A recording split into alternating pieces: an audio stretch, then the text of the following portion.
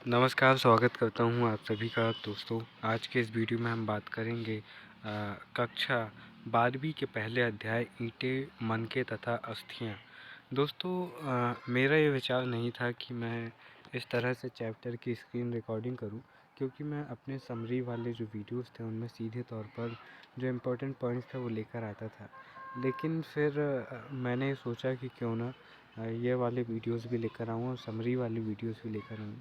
मैं जानता हूँ कि मेरे चैनल में व्यूअर्स कम हैं, लेकिन मेरा सीधा सा उद्देश्य है अपने आप को इतना अच्छा एजुकेट इंसान बनाना कि अगर किसी भी मुद्दे पर अगर कोई बात हो तो मैं वहाँ पर बेहतर तरीके से अपनी बात रख पाऊँ।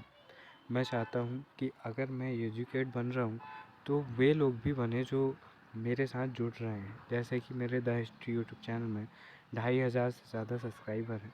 कोई बड़ी चीज़ नहीं है, बहुत कम लोग हैं, लेकिन उसके बावजूद मैं उन्हें वो सारी चीज़ें देने की कोशिश करता हूँ जो मैं अपनी तरफ से दे सकूँ। जैसे एमए के बहुत सारे वीडियोस, बीए के बहुत सारे वीडियोस मैं प्रोवाइड कराता हूँ।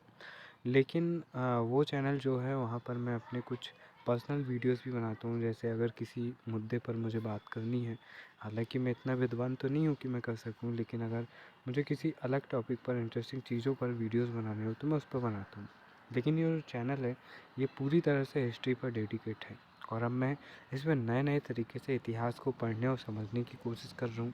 दोस्तों, अगर मैं समरी वाले वीडियो सीधे तौर पर लाता हूँ तो हो सकता है कि 99% उनमें से सवाल आए, लेकिन 1% बाहर से सवाल आने के चांस हो सकते हैं। हो सकते हैं कि जिस पॉइंट को मैं बहुत ही नॉर्मल समझ के छोड़ दूँ, वो पॉइंट आपके एग्ज़ाम में पूछ लें और फिर आप बाद में मुझे कोसें। मैं ऐसा नहीं चाहता, क्योंकि ऐसे बहुत सारे यूट्यूबर्स या बहुत सारे टेक यूट्यूबर्स करते हैं, टीचर्स करते हैं कि समरी वाले वीडियोस या एनसीईआरटी के क्लासेस वाले पॉइंट्स निकाल कर लाना, फिर उनमें और मुझ में अंतर क्या रहेगा। इसलिए मैं चाहता हूँ कि हम पहले सीधे तौर पर चैप्टर को पढ़ें, समझें, और फिर उसके बाद में आप अपने भी नोट्स बनाइए और फिर जो मेरे नोट्स हैं आप उन्हें भी देखते जाइए। ठीक है। अब अगर इसके बाद में मैं कोई एग्ज़ाम निकालता हूँ तब शायद आप भरोसा कर पाएंगे, लेकिन अभी तो मैं खुद पढ़ रहा हूँ। अगर आपको यकीन है तो आप लगातार वीडियो देखते रहिए, और अगर नहीं है तो फिर आप बेहतर टीचर ढूंढिए, लेकिन पढ़िए, क्योंकि जब आप पढ़ते हैं तो आप पाते हैं कि दुनिया कितनी बड़ी है। ठीक है। तो आइए वीडियो की शुरुआत करते हैं। खामखा 3 मिनट बक में चले गए, सॉरी इसके लिए। आइए शुरुआत करते हैं। ईंटें, मनके तथा अस्थियां, हड़प्पा सभ्यता। हो सकता है कि आवाज़ थोड़ी कमज़ोर या कम आए, लेकिन प्रयास करूँगा कि बेहतर तरीके से आपको ये लेक्चर बता पाऊँ। दोस्तों, यहाँ पर 27 टोटल पेज हमें पढ़ने हैं, और थोड़ा सा सब्र आपको रखना होगा, क्योंकि ये वीडियो जो है वो 1.5 से 2 घंटे के बीच भी जा सकता है। हड़प्पाई मोहर संभवतः हड़प्पा अथवा सिंधु घाटी सभ्यता की सबसे विशिष्ट पुरावस्तु है। खेल सड़ी नामक पत्थर से बनाई गई इन मुहरों पर सामान्य रूप से जानवरों की चित्र एक ऐसी लिपि चिन्ह उत्कीर्ण है जिन्हें अभी तक पढ़ा नहीं जा सका है। अब देखो, यहीं पर से 2 पॉइंट बन गए हैं। क्या पॉइंट बन गए? हड़प्पा और सिंधु घाटी की जो सबसे विशिष्ट चीज़ है वो क्या है? उनकी मुहर है। और मुहर किससे बनी है? खेल सड़ी नामक पत्थर से बना है, पॉइंट नंबर 1। दूसरा पॉइंट, इसमें कौन सी लिपि मिल रही है? चित्रात्मक लिपि मिल रही है। इससे ये पता चलता है कि सिंधु घाटी सभ्यता की लिपि कौन सी रही होगी? चित्रात्मक लिपि। क्योंकि जो भाषा रहती है वही तो सिक्के में उतारेंगे ना। जैसे आज के सिक्के में रुपया, रुपीस, हिंदी, इंग्लिश और नोट में तकरीबन 15 भाषाओं में लिखा रहता है। तो यहाँ पर हम इससे ये समझ सकते हैं कि इनकी चित्रात्मक लिपि है। ये 2 ऐसे इम्पॉर्टेंट टॉपिक्स हो गए जो आपको बड़े बड़े एग्ज़ाम में काम आएंगे। इसी तरह आपको पॉइंट्स निकालने हैं और उन्हें अपने नोट्स में नोट डाउन करने हैं। खुद नोट्स बनाने सीखो, दूसरे के नोट्स कॉपी मत करो, क्योंकि जब आप खुद नोट्स बनाओगे तो नोट्स बनाने के दौरान जो आपका दिमाग प्रक्रियाओं से गुजरेगा, प्रोसेसिंग के से गुजरेगा, तो उससे आप चीज़ें और बेहतर तरीके से ध्यान रख पाएंगे। तो आइए देखते हैं। सॉरी जुकाम। फिर भी हमें इस क्षेत्र में उस समय बसे लोगों के जीवन के विषय में, उनके द्वारा पीछे छोड़ी गई पुरावस्तुओं जैसे उनके आवासों, मृदभांडों, आभूषणों, औजारों तथा मुहरों, दूसरे शब्दों में पुरातात्विक साक्ष्यों के माध्यम से बहुत जानकारी मिलती है। अब हम देखेंगे कि हड़प्पा सभ्यता के विषय में क्या और कैसे जानते हैं। हम यह अन्वेषण करेंगे कि पुरातात्विक साक्ष्यों की व्याख्या कैसे की जाती है और इन व्याख्याओं में कैसे कभी-कभी बदलाव आ जाता है। निश्चित रूप से इस सभ्यता के कई पहलू आज भी हमारी जानकारी से परे है और हो सकता है कि हमेशा ही रहे। पारिभाषिक तत्व शब्द स्थान तथा काल की बात करें, सिंधु घाटी सभ्यता को हड़प्पा संस्कृति भी कहा जाता है। पुरातात्विक संस्कृति शब्द का प्रयोग पुरावस्तुओं के ऐसे समूह के लिए करते हैं जो एक विशिष्ट शैली के होते हैं और सामान्यतः एक साथ एक विशेष भौगोलिक क्षेत्र तथा कालखंड से संबंध पाए जाते हैं। हड़प्पा सभ्यता के संदर्भ में इन विशिष्ट पुरावस्तुओं में मोहरे, मनके, बाट, पत्थर के फलक, यानी कि जो पत्थर के फलक आप चित्रों में देख सकते हैं, मनके, बाट, ये ऊपर जो दिख रहे हैं आपको ये मनके है, नीचे आपको बाट, ये लकड़ी वाले आपको बाट दिखते होंगे, फलक, ये लकड़ी के फलक आपको इधर दिखते होंगे। दोस्तों ये वस्तुएं अफ़गानिस्तान, जम्मू, बलूचिस्तान जो कि पाकिस्तान में है तथा गुजरात के क्षेत्रों से मिली है, जो एक दूसरे से लंबी दूरी पर स्थित रहे थे। इस सभ्यता का नामकरण हड़प्पा नामक स्थान जहां यह संस्कृति पहली बार खोजी गई उसके नाम पर किया गया। इसका काल निर्धारण लगभग 2600 से 1900 ईसा पूर्व के बीच किया जाता है। वेरी इम्पोर्टेंट, क्योंकि कोई भी फैक्ट एनसीईआरटी के अकॉर्डिंग अगर है तो वो सही है। कई बार तिथियां आपको कहीं 2700 से 1700 मिलेंगी, कहीं आपको 3000 से 1500 मिलेंगी, लेकिन आपको सही उत्तर वही करना है जो एनसीईआरटी से आपको है, क्योंकि ये पूरी तरह से रिसर्च करके इनका पाठ्यक्रम डिज़ाइन किया जाता है। और दूसरी बात, भारत सरकार का शिक्षा मंत्रालय के अंतर्गत ये काम होता है, तो ये चीज़ें आप दूसरी किताबों, दूसरे राइटर से ज़्यादा ऑथेंटिक मानेंगे। इस क्षेत्र में इस सभ्यता से पहले और बाद में भी संस्कृतियां अस्तित्व में थी, जिन्हें क्रमशः आरंभिक तथा परवर्ती हड़प्पा कहा जाता है। इन संस्कृतियों से हड़प्पा सभ्यता को अलग करने के लिए कभी-कभी इसे विकसित हड़प्पा संस्कृति भी कहा जाता है। दोस्तों अगर आपको एक राज की बात बताऊं तो मैं वीडियोस इसलिए नहीं बनाता हूं कि लोग ज़्यादा से ज़्यादा देखें, मेरे चैनल पर ज़्यादा से ज़्यादा सब्सक्राइबर हों। मैं वीडियोस इसलिए बनाता हूँ क्योंकि मैं अपनी पढ़ाई को कंटिन्यू कर पाऊँ। एग्जांपल के लिए एनसीईआरटी के चैप्टर्स पढ़ना मुझे बहुत बोरिंग लग रहा था। एक चैप्टर ऐसे ही पढ़ते पढ़ते ऊँघते आँखते मैं पढ़ता था, 1-1.5 घंटे लगते थे और नोट्स वोट्स भी बनाता था मैं, तो 2-3 घंटे लग जाते थे। और सोचो अगर मैं इसी हिसाब से चलता रहा तो पूरी एनसीईआरटी ख़त्म करने में तो मुझे 3-4 साल लग जाएंगे। और मुझे एनसीईआरटी ख़त्म करना है 1 महीने के अंतर, क्योंकि अभी दिसंबर चल रहा है, आज 5 दिसंबर है और 1 जनवरी से 18 जनवरी के बीच में मेरे नेट जेआरएफ के एग्ज़ाम है। और मैं चाहता हूँ कि जो मैंने हिस्ट्री पढ़ा हूँ, मैंने काफ़ी डीप में एलपी शर्मा, बिपिन चंद्रा, मीनाक्षी लेखी जैसे, जो मीनाक्षी जैन है, ऐसे राइटर्स की बुक से हिस्ट्री पढ़ी है। और वर्ल्ड हिस्ट्री बिपिन चंद्र वो जैन एंड माथुर से पढ़ी है। हालांकि नेट जेआरएफ में वर्ल्ड हिस्ट्री नहीं पूछी जाती, लेकिन मैंने एमए के दौरान पढ़ी थी। अब मैं चाहता हूँ कि जो मैंने हिस्ट्री पढ़ी है वो मैं एनसीईआरटी के ज़रिए एक बार और रिवाइज़ कर लूँ। तो मैंने बुक पढ़ना शुरू किया, नोट्स बनाने शुरू किए। तो भी ये प्रॉब्लम ये आई कि बुक्स पढ़ने में और नोट्स बनाने में मुझे बहुत आलसी आती थी। तो मैंने बहुत सोचा कि मैं कैसे क्या करूं। तो फिर मुझे ध्यान आया कि मुझे वही करना चाहिए जो मैं एमए के दौरान करता था। मैं एमए के दौरान क्या करता था, मैं किसी भी टॉपिक के वीडियो बनाता था और उस टॉपिक को अपने खुद के वीडियो में देखता था 2-3 बार, तो उससे मुझे टॉपिक क्लियर हो जाता था। इससे थोड़ा-सा इंटरेस्टिंग भी लगता था, लोग वीडियोज़ देखते थे तो तारीफ़ भी करते थे। मेरे क्लास के सबको लगता था कि मैं बहुत ज़्यादा पढ़ाकू बच्चा हूँ। अभी भी मेरा एमए ख़त्म हो गया 2-3 महीने पहले, लेकिन अभी भी मेरे क्लास के 90% लोगों को लगता है कि मैं ही एमए का टॉपर हूँ। जबकि मैं एमए में एक एवरेज स्टूडेंट रहा हूँ, मतलब कि मेरे 70 से 80% के बीच में रहे हैं, ज़्यादा कुछ नहीं है मेरे। तो लेकिन लोगों को लगता है कि मैं बहुत स्मार्ट स्टूडेंट हूँ, क्योंकि मैं थोड़ी बहुत स्मार्ट स्टडी करने की कोशिश करता हूँ। चीज़ें अगर याद ना हो रही है, समझ में ना आ रही हो, तो किस तरह से मैं अपनी पढ़ाई को इंटरेस्टिंग बना सकता हूँ, तो मैं वही कर रहा हूँ। मैं एनसीईआरटी के इस तरह से रिकॉर्डिंग करता हूँ, स्क्रीन रिकॉर्डिंग। इससे मैं बहुत ही कंटिन्यूअस तरीके से चैप्टर को पढ़ता हूँ, क्योंकि मुझे पता है स्क्रीन रिकॉर्डिंग हो रही है, लोग इसे देखेंगे, तो मैं ईमानदारी से रिकॉर्डिंग करता हूँ। और जब मैं इसे यूट्यूब पर अपलोड करता हूँ तो अपलोडिंग के दौरान मैं पूरा वीडियो देखता हूँ, भले ही वो 1 घंटे का रहे चाहे 2 घंटे का रहे, पूरा वीडियो देखता हूँ और उस वीडियो देखने के दौरान मैं नोट्स तैयार कर लेता हूँ और फिर वही नोट्स के मैं एक और बार वीडियो बना लेता हूँ और फिर वो वीडियो को भी उसी तरह देखता हूँ जैसे एनसीईआरटी की। तो इस तरह से एक चैप्टर को मैं 4 बार पढ़ रहा हूँ। इससे मुझे चीज़ें बहुत ज़्यादा क्लियर हो जा रही है। तो मैं तो कह रहा हूँ कि भैया आप भी यूट्यूबर बन जाओ इसी तरह से।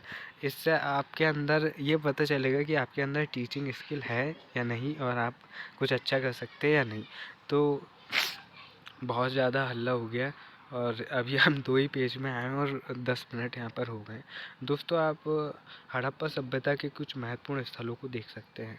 दोस्तों आईवीसी यानी कि इंडस वैली सिविलाइजेशन के बहुत सारे जो साइट्स हैं उनसे रिलेटेड मैंने नोट्स तैयार किया हूँ।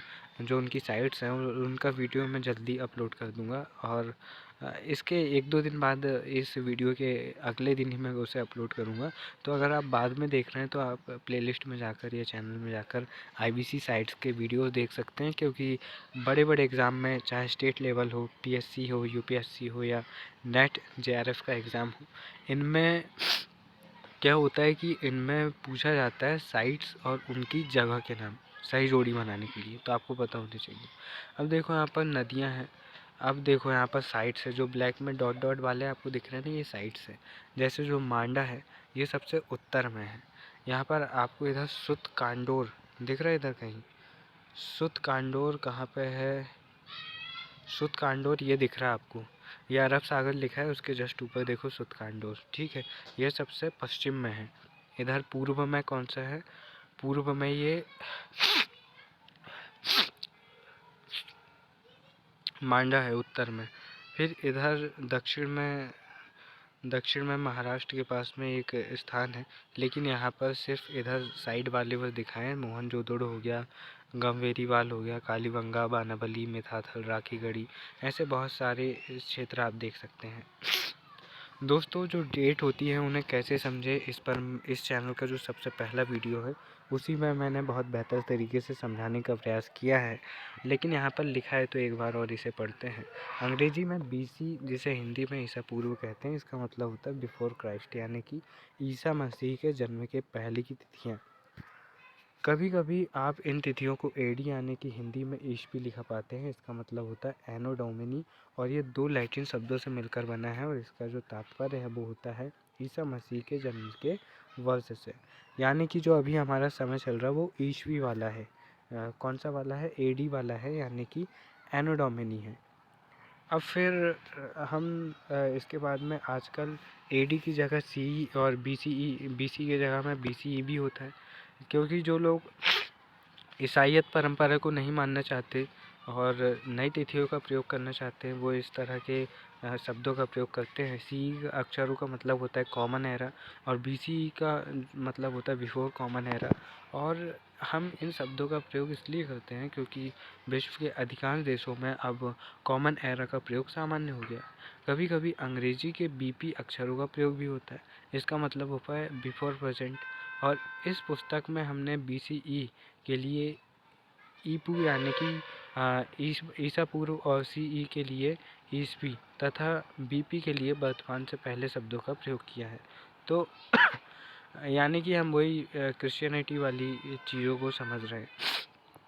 दोस्तों आरंभिक तथा विकसित हड़प्पा संस्कृतियों के बारे में बात करें तो यहाँ पर कुछ समझते हैं।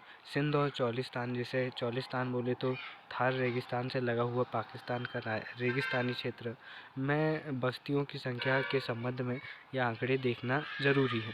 चलिए इन पर नज़र डालें तो सिंध और चौलिस्तान की बात करते हैं। तो जो चोलिस्तान है, ये समझ रहे हैं ना आप, ये थार डेजर्ट का जो क्षेत्र है, थार मरुस्थल 60% भारत में है। और ये कहाँ का है, राजस्थान, थोड़ा गुजरात और हरियाणा, पंजाब, ये क्षेत्र इसमें आते हैं। और जो उधर पाकिस्तान है उसका पंजाब प्रांत इसके अंतर्गत आता है। पंजाब में 40% थार डेजर्ट है। तो अब दोस्तों, और जो भारत में 60% है उसका 80% मरुस्थल आपको राजस्थान में दिखेगा। इसलिए आईवीसी साइट की कुछ ज़्यादातर साइट्स आपको भारत में राजस्थान क्षेत्र में देखने को मिलती है। दोस्तों तो अब हम यहाँ पर देखते हैं कि कौन सी जगह पर कितनी बस्तियाँ थीं। ये बार बार ऐसा हो जा रहा है यार। देखिए, बस्तियों की कुल संख्या सिंध में 106 थी, चोलिस्तान में 239, आरंभिक हड़प्पा स्थल सिंध में 52, चोलिस्तान में 37, विकसित हड़प्पा स्थल सिंध में 65, चोलिस्तान में 136, नए स्थलों पर विकसित हड़प्पा बस्तियाँ सिंध में 43, चोलिस्तान में 132, त्याग दिए गए आरंभिक हड़प्पा स्थल सिंध में 29, चोलिस्तान में 33। दोस्तों यहाँ पर आरंभ इस क्षेत्र में विकसित हड़प्पा से पहले भी कई संस्कृतियाँ अस्तित्व में आई थी।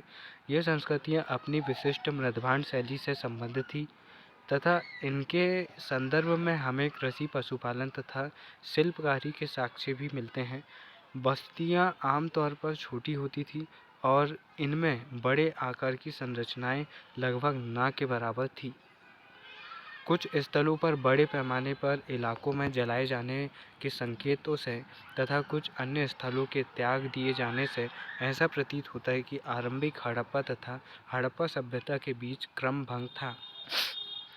निर्वाह के तरीकों की अगर हम बात करते हैं तो हमने मानचित्र में भी देखा था कि कैसे विकसित हड़प्पा संस्कृति के कुछ ऐसे स्थान जहां पर पनपी, जहां पहले आरंभिक हड़प्पा संस्कृति अस्तित्व में थी, इन संस्कृतियों के कई तत्व जिनमें निर्वाह के तरीके शामिल है समान थे। हड़प्पा सभ्यता के निवासी कई प्रकार के पेड़ पौधों से उत्पाद और जानवरों जिनमें मछली भी शामिल थी से भोजन प्राप्त करते थे और जले अनाज के दानों तथा बीजों की खोज से पुरातात्विक आहार संबंधी आदतों के विषय में जानकारी प्राप्त करने में सफल हो पाए थे। इसका अध्ययन पूरा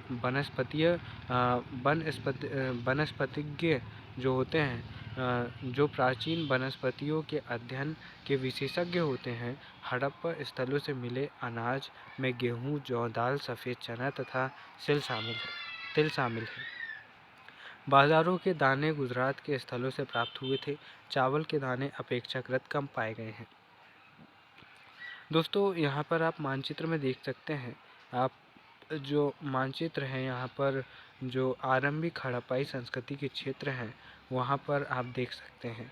अब यहाँ पर पैमाना नहीं बताया कि कौन से क्षेत्र में ज़्यादा दिख रहे हैं। देखो ये जो नीचे वाला है ना, ये कोटजी दसपंथ, ये सिंध क्षेत्र है, सिंध प्रांत है ना।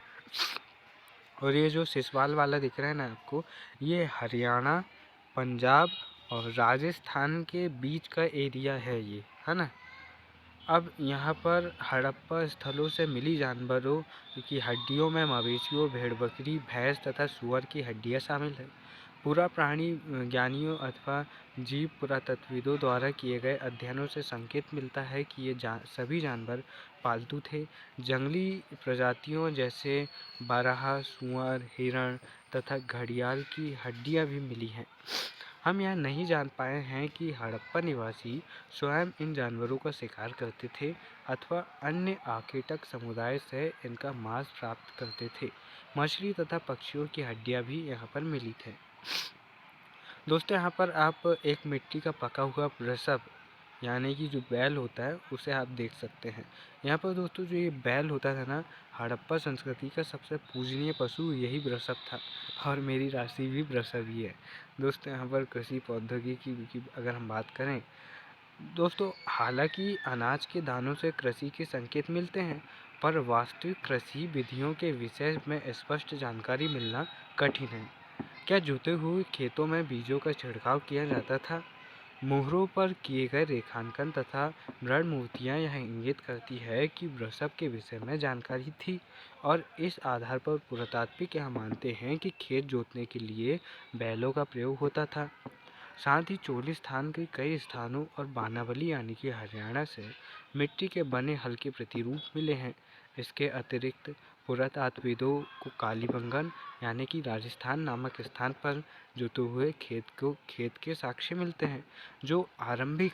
अब यहाँ पर पॉइंट्स क्या आ जाता है आपको, कालीबंगा में जुते हुए खेत के साक्ष्य हमें मिलते हैं। साथ ही जो बनावली है हरियाणा, वहाँ पर हमें मिट्टी के हल्के साक्ष्य मिलते हैं। अभी आपको छोटी छोटी चीज़ लिखी रही है लग रही है, फालतू सी चीज़ लग रही होगी, लेकिन सही जोड़ी में आपसे यही पूछ लिया जाएगा। एक तरफ लिखा रहेगा बानाबली और बहुत सारे ऑप्शन रहेंगे, दूसरी तरफ लिखा रहेगा मिट्टी के हल्के साक्ष्य, और फिर आपको ये समझ में नहीं आएगा कि आप लिखे तो लिखे क्या। इस तरह से आप आंसर गलत करके आ जाएंगे और फिर आपका भंटाडार हो जाएगा। ऐसी ऐसी बात है दोस्तों। तो हो सकता है कि आपको ये चैप्टर या फिर और भी चैप्टर जो हैं, जो 1.5 घंटे के हैं, क्योंकि मुझे खुद बनाने में बोरिंग लगता है, तो फिर आप तो देखने वाले हो यार। मैं खुद जब क्लासेस देखता था तो मुझे लंबी लंबी क्लासेस में बहुत बोर हो जाता था, जो टीचर्स बहुत धीरे धीरे अलग बोलते थे। तो मैं सोचता था कि क्यों ना यार बहुत शॉर्ट में ये चीज़ें, और हम जो जेन जी टाइप के लोग हैं 1997 के बाद वाले, या फिर जो भी युवा पीढ़ी के लोग हैं, वो ये सोचते हैं कि क्यों ना जल्दी से जल्दी कोई भी चीज़ बहुत जल्दी मिल जाए। पैदा हुए नहीं होते हैं ढंग से मोबाइल मिल जाए, बड़े हुए नहीं होते हैं ढंग से गर्लफ्रेंड बन जाए, और बड़े नहीं हुए होते हैं, जवान नहीं हुए होते हैं, और सोचने लगते हैं कि मेरे पास दुनिया के सबसे ज़्यादा पैसे आ जाएं, मैं अमीर बन जाऊं, वैसा बन जाऊं। तो अगर आप इतनी जल्दी में बैठेंगे, इतना जल्दी चाहते हैं, तो फिर दोस्त आपको ये वीडियो से ज़्यादा लाभ नहीं मिलेगा। आप आधा वीडियो भी देखेंगे और भाग जाएंगे। इसलिए पूरी हिम्मत कीजिए, पूरी सब्र कीजिए। अगर मैं ज़ुकाम में भी सर्दी ज़ुकाम बुखार में भी सर दुखने के बाद भी, गला दुखने के बाद भी रिकॉर्डिंग कर सकता हूँ। मैं भले ही अपने लिए पढ़ रहा हूँ, लेकिन पढ़ सकता हूँ। तो दोस्तों आपको भी कोशिश करना चाहिए कि आप थोड़ा बहुत तो पढ़ो यार, क्योंकि अभी उम्र है। हम लोग पढ़ाई से ऐसा भागते हैं, हमें पढ़ाई बहुत बोरिंग लगती है। तो आप ये करके सोचना कि अगर आप कोई काम करोगे तो क्या आप 2-4 घंटे काम कर पाओगे? नहीं। आप कभी कभी आपका मालिक आपसे 8 घंटे काम करवाएगा, कोई त्यौहार या सीज़न रहेगा तो आपसे 10 घंटे काम करवाएगा। चाहे आप किसी कॉरपोरेट कंपनी में काम करो, या चाहे आप किसी गंज में हमाली करो। इसलिए दोस्त अभी पढ़ने के दिन हैं, इतना पढ़ो कि बस पढ़ते जाओ, घूमो फिरो, ऐश करो, मौज करो, टाइम निकाल के, और पढ़ते जाओ। यही ज़िंदगी है अभी हमारी। अगर तुम इससे भागे तो बाद में कुछ नहीं रहने वाला। तो भैया बहुत ज्ञान हो गया, बहुत ज्ञान पेल लिया, अब आगे बढ़ते हैं। अधिकांश हड़प्पा सभ्य स्थल अर्धशुष्क क्षेत्रों में स्थित है, जहाँ संभवतः कृषि के लिए सिंचाई की आवश्यकता पड़ती होगी। अफगानिस्तान में सोर्तुगई नामक हड़प्पा स्थल से नहरों के कुछ अवशेष मिले हैं। सोर्तुगई से नहरों के अवशेष, शॉर्ट नोट बनाना, सोर्तुगई और ब्लैंक मतलब कि लाइन खींच के उसके सामने नहरों के अवशेष। और सोर्तुगई के साइड में एक कोष्टक बना के अफगानिस्तान भी लिख लेना, ताकि आपको पता रहे कि सोर्तुगई कहाँ है। परंतु पंजाब और सिंध में ये नहीं मिले हैं। ऐसा संभव है कि प्राचीन नहरें बहुत पहले ही गाद से भर गई थी। ऐसा भी हो सकता है कि कुओं से पानी का प्रयोग सिंचाई के लिए किया जाता हो। इसके अतिरिक्त धोलावीरा गुजरात में मिले जलाशयों के प्रयोग संभवतः कृषि के लिए जल संचयन हेतु किया जाता था। अब यहाँ पर आप धातु के औजार देख सकते हैं दोस्तों। ये आपको पत्थर के दिख रहे हैं, क्योंकि 3000 हमने अभी देखा, जो हड़प्पा सभ्यता का समय काल है। अब जो भारत में लोहे का प्रयोग हुआ 1000 ईस्वी के आसपास से लोहे का प्रयोग शुरू हुआ। उससे पहले हम पत्थर पर आधारित सभ्यता थे। तो यहाँ पर आप पत्थर के हथियार देख रहे हैं। इन औजारों का प्रयोग फसल कटाई, मांस काटने, जानवरों को मारने, अलग अलग तरीके से करते थे। जब आप कभी म्यूज़ियम जाएंगे ना, हर शहर में एक ना एक म्यूज़ियम होता है। ऐसे बहुत कम शहर होते हैं जहाँ म्यूज़ियम ना हो। कभी ना कभी म्यूज़ियम जाना और देखना, तो ऐसे बहुत सी आपको चीज़ें समझने को मिलेंगी। ठीक है, तो थोड़ी अगर घूम भी रहे हो तो थोड़ी ऐसी जगह घूमो जहाँ कुछ ढंग का मिले। दोस्तों एक बात मैं आपको बताऊँ, मैं अपने वीडियो देख के मोटिवेट होता हूँ, क्योंकि जो प्रवचन मैं अभी दे रहा हूँ ना, ये बाद में देख के मैं खुद मोटिवेट होता हूँ। इसलिए मैं खुद का मोटिवेशनल खुद हूँ। तो वीडियो रिकॉर्ड करने का एक फ़ायदा तो ये हो जाता है। आप भी यूट्यूब चैनल खोलो, आप भी ऐसे ही करो, और अपने चैनल की लिंक मुझे भेजो, मैं तो सब्सक्राइब करूँगा भाई। अगर आप ऐसी पढ़ाई की वीडियो बनाएंगे तो मैं आपका पहला स्टूडेंट बनूँगा। दोस्तों पुरावस्तु की पहचान कैसे की जाती है?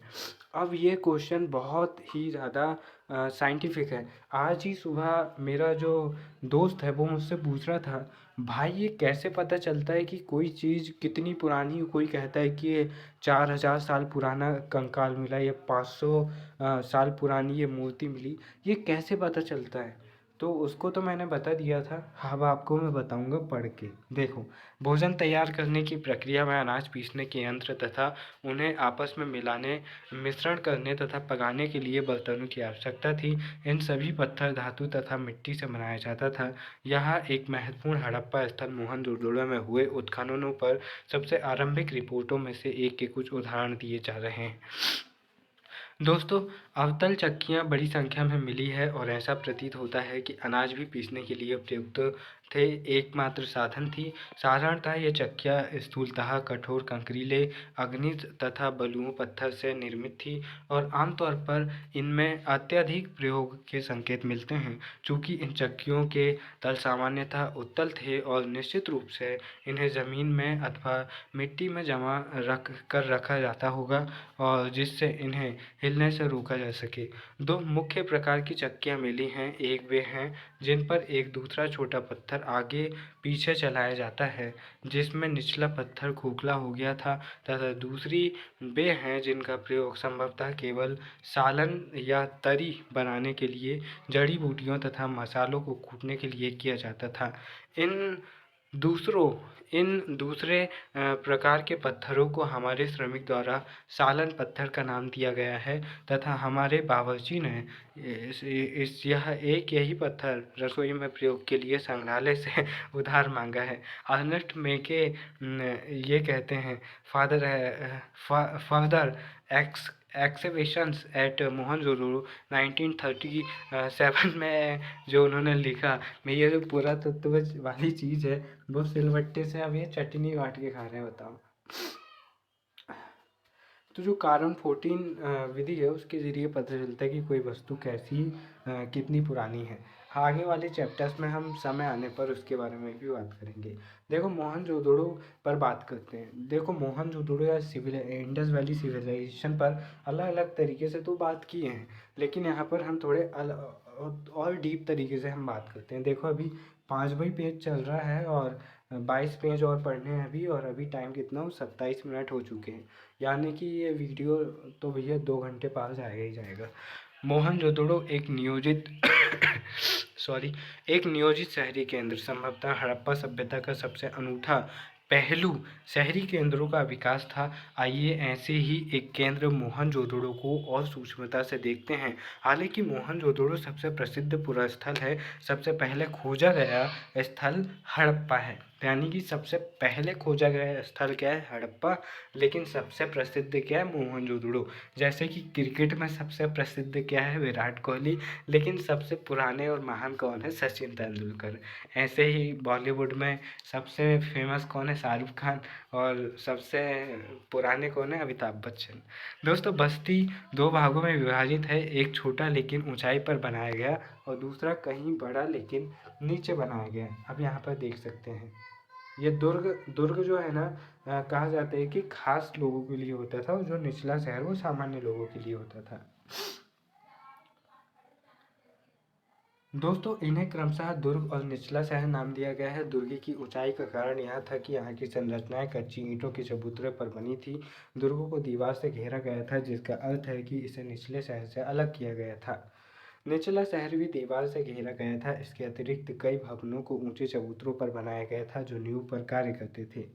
अनुमान लगाया गया है कि यदि एक श्रमिक प्रतिदिन 1 घने मीटर मिट्टी ढोता होगा तो मात्र आधारों को बनाने के लिए ही 40 लाख श्रम दिवसों, अर्थात बहुत बड़े पैमाने पर श्रम की आवश्यकता पड़ी होगी। अब कुछ और देखते हैं। एक बार चबूतरे को यथास्थान बनाने के बाद शहर का सारा भवन निर्माण कार्य चबूतरों पर एक निश्चित क्षेत्र तक सीमित था। इसलिए ऐसा प्रतीत होता है कि पहले बस्ती का नियोजन किया गया था और फिर उसके अनुसार कार्यान्वयन। नियोजन के अन्य लक्षणों में ईंटें शामिल है, जो भले ही धूप में सुखाकर अथवा भट्टी में पकाकर बनाई गई हो। एक निश्चित अनुपात ही होती थी, जहाँ लंबाई और चौड़ाई ऊंचाई की क्रमशः 4 गुनी और 2 गुनी होती थी।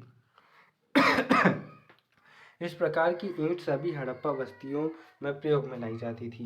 अब हड़प्पा की दुर्दशा की बात करते हैं। हालांकि हड़प्पा सबसे पहले खोजा गया स्थल था, इसे ईंट चुराने वालों ने बुरी तरह से नष्ट कर दिया था। 1875 में ही भारतीय पुरातत्व सर्वेक्षण के पहले जनरल अलेक्जेंडर कनिंघम को फादर ऑफ ASI यानी कि भारतीय पुरातत्व का जनक कहा जाता है, क्योंकि इनके ही नेतृत्व में भारत में पहली बार पुरातत्व विभाग की स्थापना होती है, जिन्हें सामान्यतः भारतीय पुरातत्व का जनक भी कहा जाता है। उन्होंने लिखा था कि प्राचीन स्थल से ले जाई गई ईंटों की मात्रा लगभग 100 मील लंबी लाहौर तथा मुल्तान के बीच रेल पटरी के लिए ईंट बिछाने के लिए पर्याप्त थी। इस प्रकार इस स्थल की कई प्राचीन संरचनाएं नष्ट कर दी गई। इसके विपरीत मोहनजोदड़ो कहीं अधिक बेहतर और संरक्षित है। यानी कि जो सबसे पुरानी साइट है हड़प्पा, उसकी जो विशाल संपदा थी, जब भारत में पहली बार रेलवे का विकास हो रहा था, तो इन नमूनों ने क्या किया कि जो IBC साइट्स यानी कि जो हड़प्पा था वहाँ पर की ईंटों का इस्तेमाल रेल लाइन बिछाने में कर दिया गया।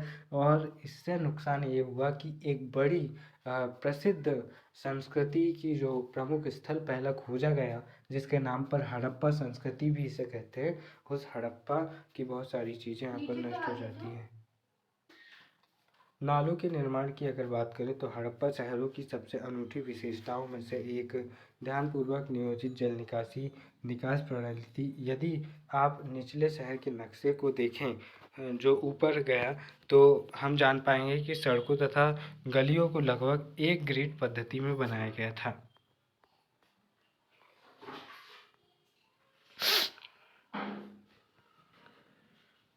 सड़कें यहाँ पर कहाँ पर हैं?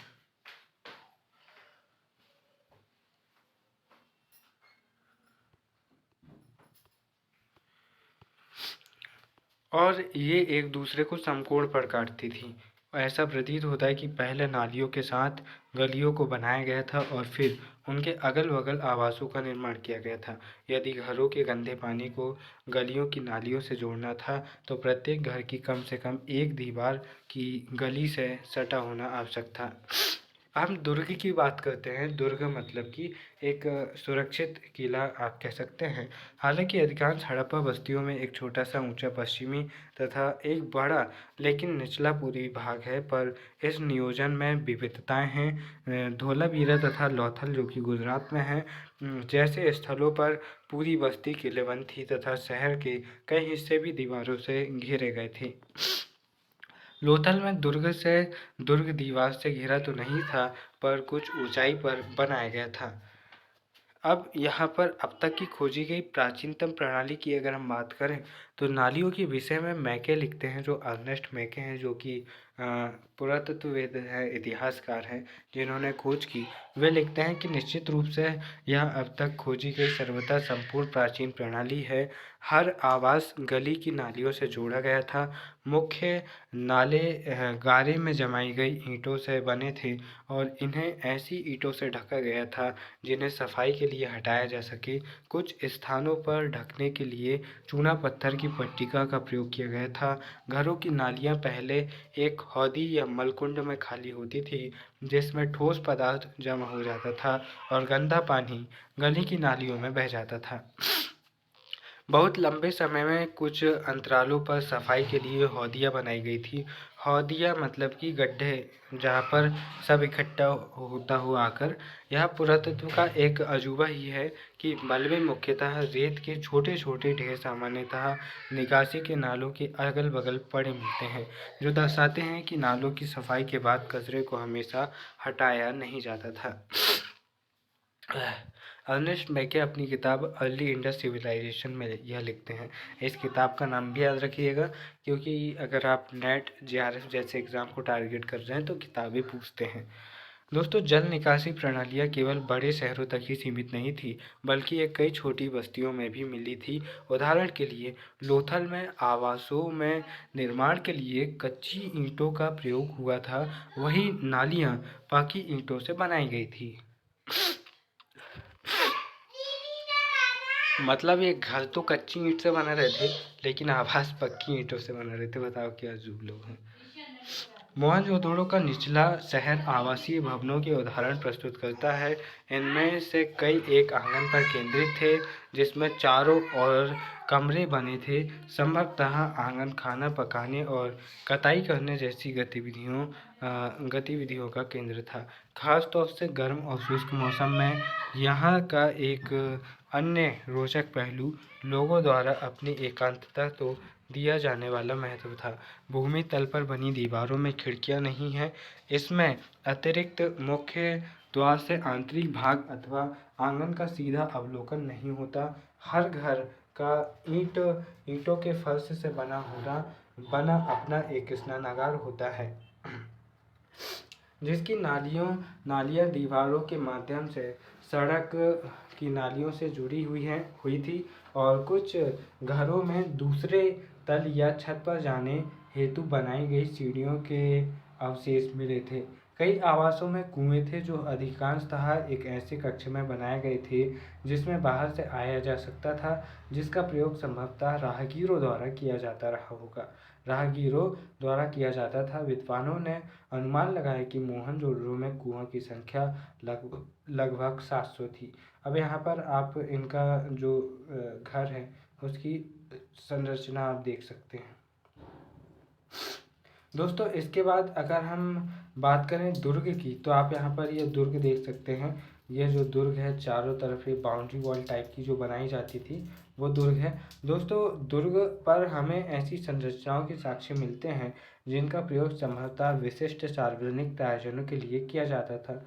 इनमें एक माल गोदाम एक ऐसी विशाल संरचना है जिसके ईंट से बने केवल निचले हिस्से शेष है, जबकि ऊपरी हिस्से जो संभवतः लकड़ी से बने थे बहुत पहले ही नष्ट हो गए थे और विशाल स्नानागार सम्मिलित है। विशाल स्नानागार आंगन में बना एक आयताकार जलाशय है जो चारों ओर से एक गलियारे से घिरा हुआ है। जलाशय के तल तक जाने के लिए इसके उत्तरी और दक्षिणी भाग में 2 सीढ़ियां बनी थी। जलाशय के किनारों पर ईंटों को जमाकर तथा जिप्सम के गारे के प्रयोग से इसे जलबद्ध किया गया था। दोस्तों, इसके तीनों और कक्ष बने हुए थे, जिसमें से एक में एक बड़ा कुआं था। अब भले ही मैं थोड़ा तेज बोल रहा हूँ, लेकिन आप भी तेज अपने दिमाग पे इमेजिनेशन करने का प्रयास करना। मतलब कि तेज़ी से जो मैं बोल रहा हूँ वो अपने दिमाग में वैसी ड्राइंग बनाना, इससे चीज़ें आपको और जल्दी याद होगी। तो देखो, इसके उत्तर में एक गली से दूसरी और अपेक्षाकृत छोटी संरचना थी, जिसमें 8 स्नानागार बनाए गए थे। एक गलियारे के दोनों ओर 4-4 स्नानागार बने थे। प्रत्येक स्नानागार से गलियारे के साथ साथ बने एक नाले में मिलती थी। इस संरचना का अनोखापन तथा दुर्ग क्षेत्र में कई विशिष्ट संरचनाओं के साथ इसके मिलने से इस बात का स्पष्ट संकेत मिलता है कि इसका प्रयोग किसी प्रकार के विशेष अनुष्ठानिक स्नान के लिए किया जाता था। दोस्तों, अब यहाँ पर हम सामाजिक भिन्नताओं का अवलोकन करते हैं। हम यहाँ यह तांबे का दर्पण आप देख सकते हैं। यहाँ इसकी कांच नहीं है, तो आप देख सकते हैं कि आधुनिक काल के दर्पण की तरह ये कितने डिज़ाइन वाला दर्पण का इस्तेमाल करते थे। सावधान की हम बात करते हैं कि ये किस तरह से लोगों को दफनाने या उनका अंतिम संस्कार करते थे। तो दोस्तों, जैसे हम मिस्र में देखते हैं कि पिरामिडों में लोग रख देते थे मम्मी बनाकर। अब यहाँ पर कैसा था दोस्तों, हड़प्पा स्थलों में मिले समाधानों में आमतौर पर मृतकों को गर्तों में यानी कि गड्ढों में दफनाया गया था और कभी-कभी समाधान गर्त की बनावट एक दूसरे से भिन्न होती थी। कुछ स्थानों पर गर्त की सतहों पर ईंटें की चिनाई की गई थी। क्या ये विभिन्न विविधताएं सामाजिक भिन्नताओं की और संकेत करती हैं? कहना कठिन है। कुछ कब्रों में मृदभांड तथा आभूषण मिलते हैं जो संभवतः एक ऐसी मान्यता की ओर संकेत करते हैं जिसके अनुसार इन वस्तुओं का समाधानों से आभूषण मिले हैं। 1980 के दशक के मध्य में हड़प्पा की कब्रिस्तान में हुए उत्खननों में से एक पुरुष की खोपड़ी के समीप शंख के 3 छल्ले यानी कि एक प्रकार के जो जैस्पर होते हैं, उपरत्न होते हैं, वो मिले हैं। उनके मनके मिले हैं तथा सैकड़ों की संख्या में सूक्ष्म मनके बना एक आभूषण मिला था। कहीं कहीं पर मृतकों को तांबे के दर्पण के साथ दफनाया गया था, परंतु कुल मिलाकर ऐसा लगता है कि हड़प्पा सभ्यता के निवासियों का मृतकों के साथ बहुमूल्य वस्तुएं दफनाने में विश्वास नहीं था। अब यहाँ पर भैया हवा टाइट हो गई यार। 40 मिनट हो चुके हैं और लगातार बोलते बोलते गला दुखने लगा है, लेकिन अभी हमें 18 पेज और पढ़ना है, तो हम हार नहीं मानेंगे। फायांस से बना एक पात्र आप देख सकते हैं। विलासिता की वस्तुएं किस तरह से थी, उनका विलासितापूर्ण जीवन, ये हम समझते हैं।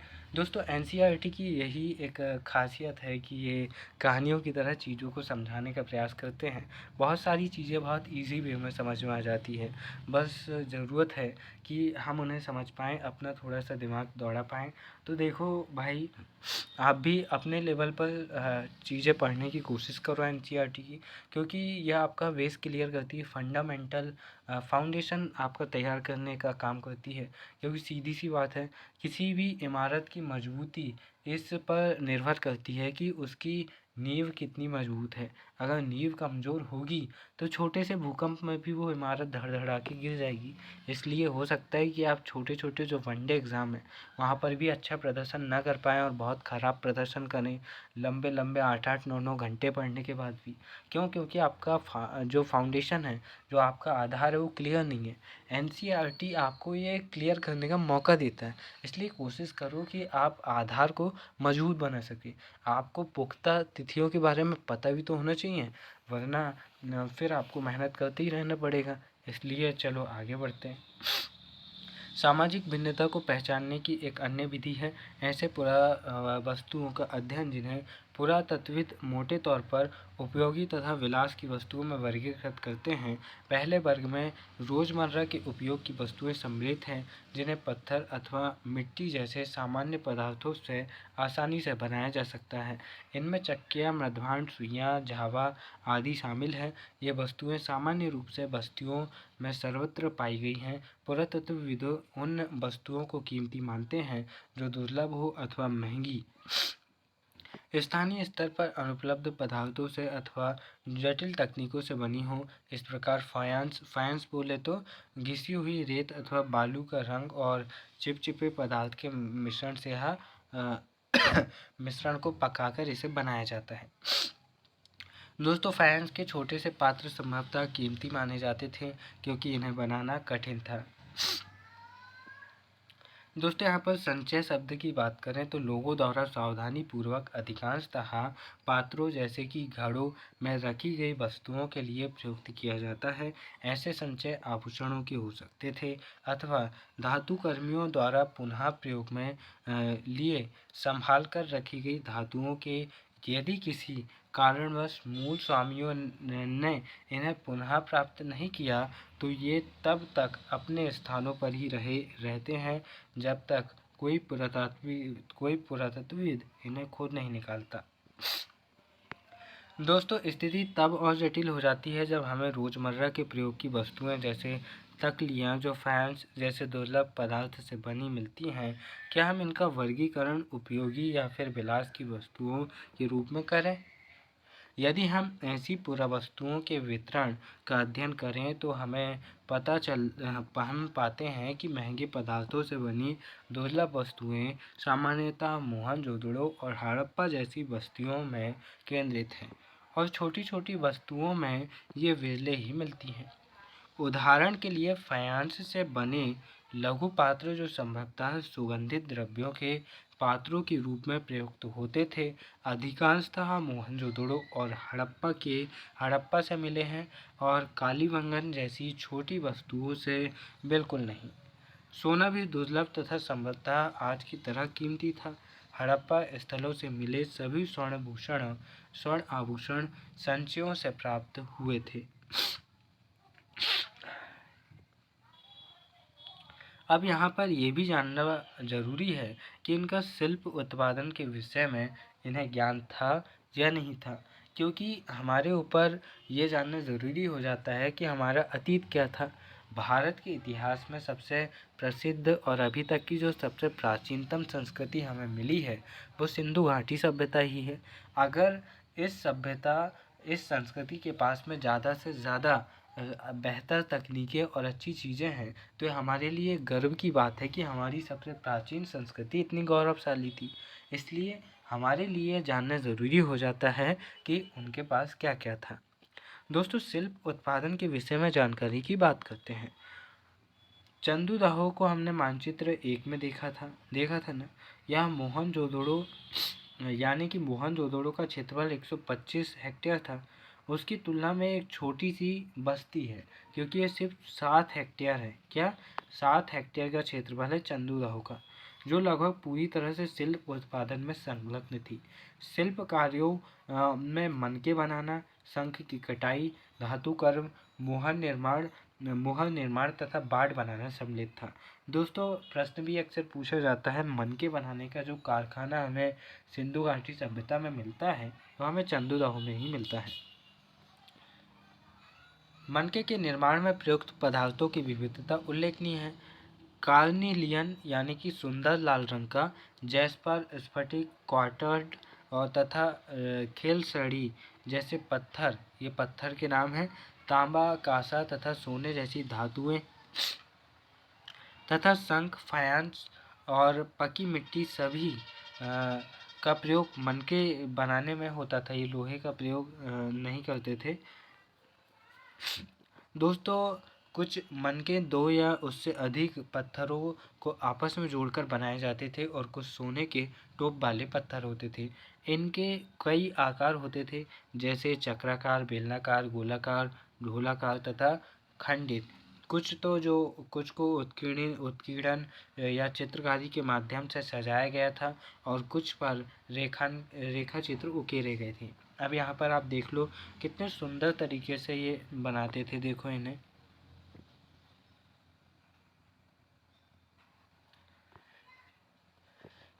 दोस्तों, इसके बाद में हम आगे बढ़ें तो मनके बनाने की तकनीक में प्रयुक्त पदार्थों के अनुसार भिन्नताएं थी।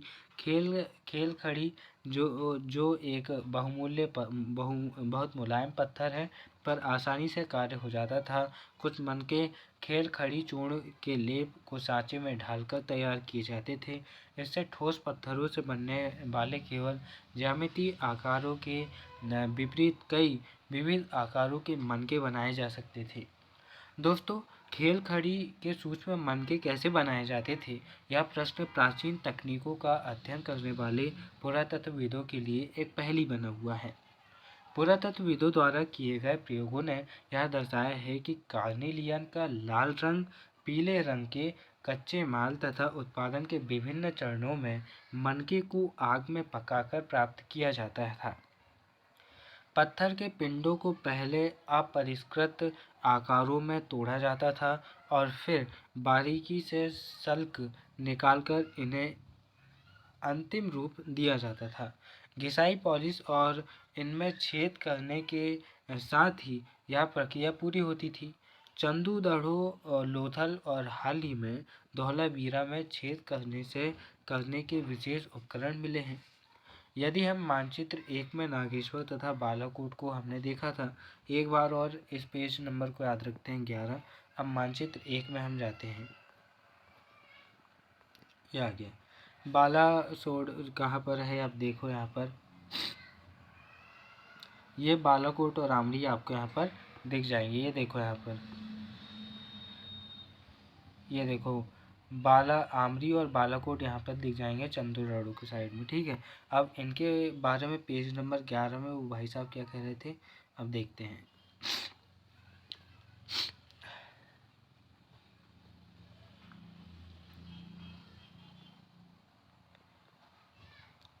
नागेश्वर तथा बालाकोट को चिन्हित करेंगे तो आप पाएंगे कि ये दोनों बस्तियां समुद्र तट के समीप हैं।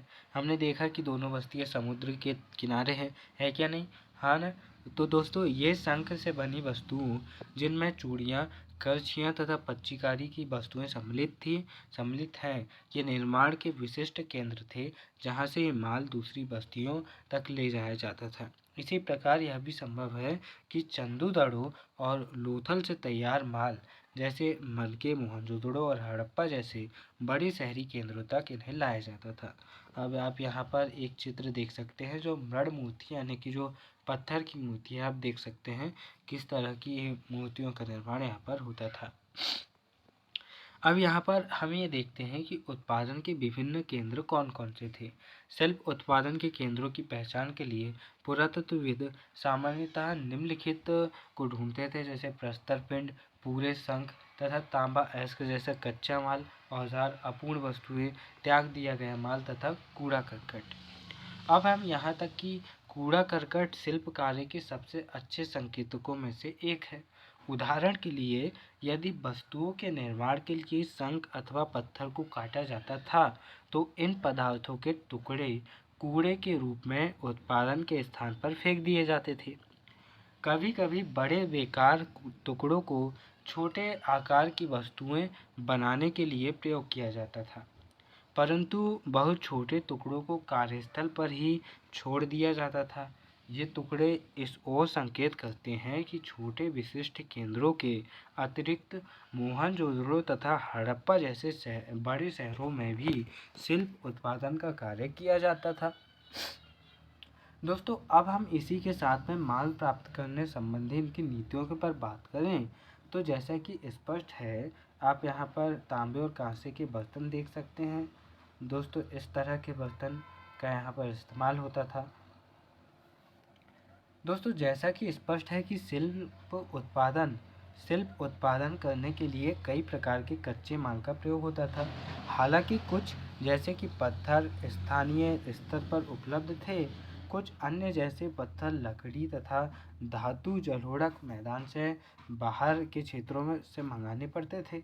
बैलगाड़ियों के मिट्टी से बने खिलौनों के प्रतिरूप संकेत करते हैं कि यह सामान तथा लोगों के लिए स्थल मार्गों द्वारा परिवहन का एक महत्वपूर्ण साधन था। संभवतः सिंधु तथा और इसकी उपनदियों के बगल में बने नदी मार्गों के साथ ही तटीय मार्गों का भी प्रयोग किया जाता था। दोस्तों, अगर हम उप महाद्वीप और तथा उसके आगे आने वाले उसके आगे से आने वाले माल की अगर हम बात करते हैं, तो हड़प्पावासी शिल्प उत्पादन हेतु माल प्राप्त करने के लिए कई तरीके अपनाते थे। उदाहरण के लिए, उन्होंने नागेश्वर और बालाकोट में, जहां शंख आसानी से उपलब्ध था, बस्तियां स्थापित कर ली थी और उन बस्तियों के माध्यम से उन्हें ये चीज़ें मिलती थी। ऐसे ही कुछ अन्य पुरस्थल थे सुदूर अफगानिस्तान में सोरतुघई, जहाँ की हमने बात की थी, जहाँ पर हमें नहर के प्रमाण मिलते हैं। दोस्तों, जो अत्यंत कीमती माने जाने वाले नीले रंग के पत्थर लाजवर्ण मणि के सबसे अच्छे स्रोत के निकट स्थित था लोथल, जो कार्निलियन गुजरात के भड़ोज, सैलखड़ी दक्षिणी राजस्थान तथा उत्तरी गुजरात से, और धातु राजस्थान के स्रोतों के निकट स्थित था। दोस्तों, यहाँ पर वीडियो में बीच में रोककर आपसे एक बात करना चाहूँगा कि आप अपने लेवल से वीडियो के दौरान नोट्स बनाने की कोशिश करो। ज़रूरी नहीं कि आप 5-6 पेज के या फिर बहुत ही डीप आपको नोट्स बनाने हैं। जो बने भाई वो बनाने की कोशिश करो। भले ही 1-2 पेज लिखो, लेकिन कोशिश करो कि आप लिखें, ताकि इससे आप एक्टिव रह सकें और वीडियो को आसानी से समझ सकें। इसके जस्ट बाद में हर वीडियो के चैप्टर के जस्ट बाद उसकी समरी वाला वीडियो लाऊंगा, जहाँ पर मैं अपने लेवल पर क्योंकि मैंने अभी हिस्ट्री में मैं नेट जेआरएफ एग्ज़ाम की तैयारी कर रहा हूँ।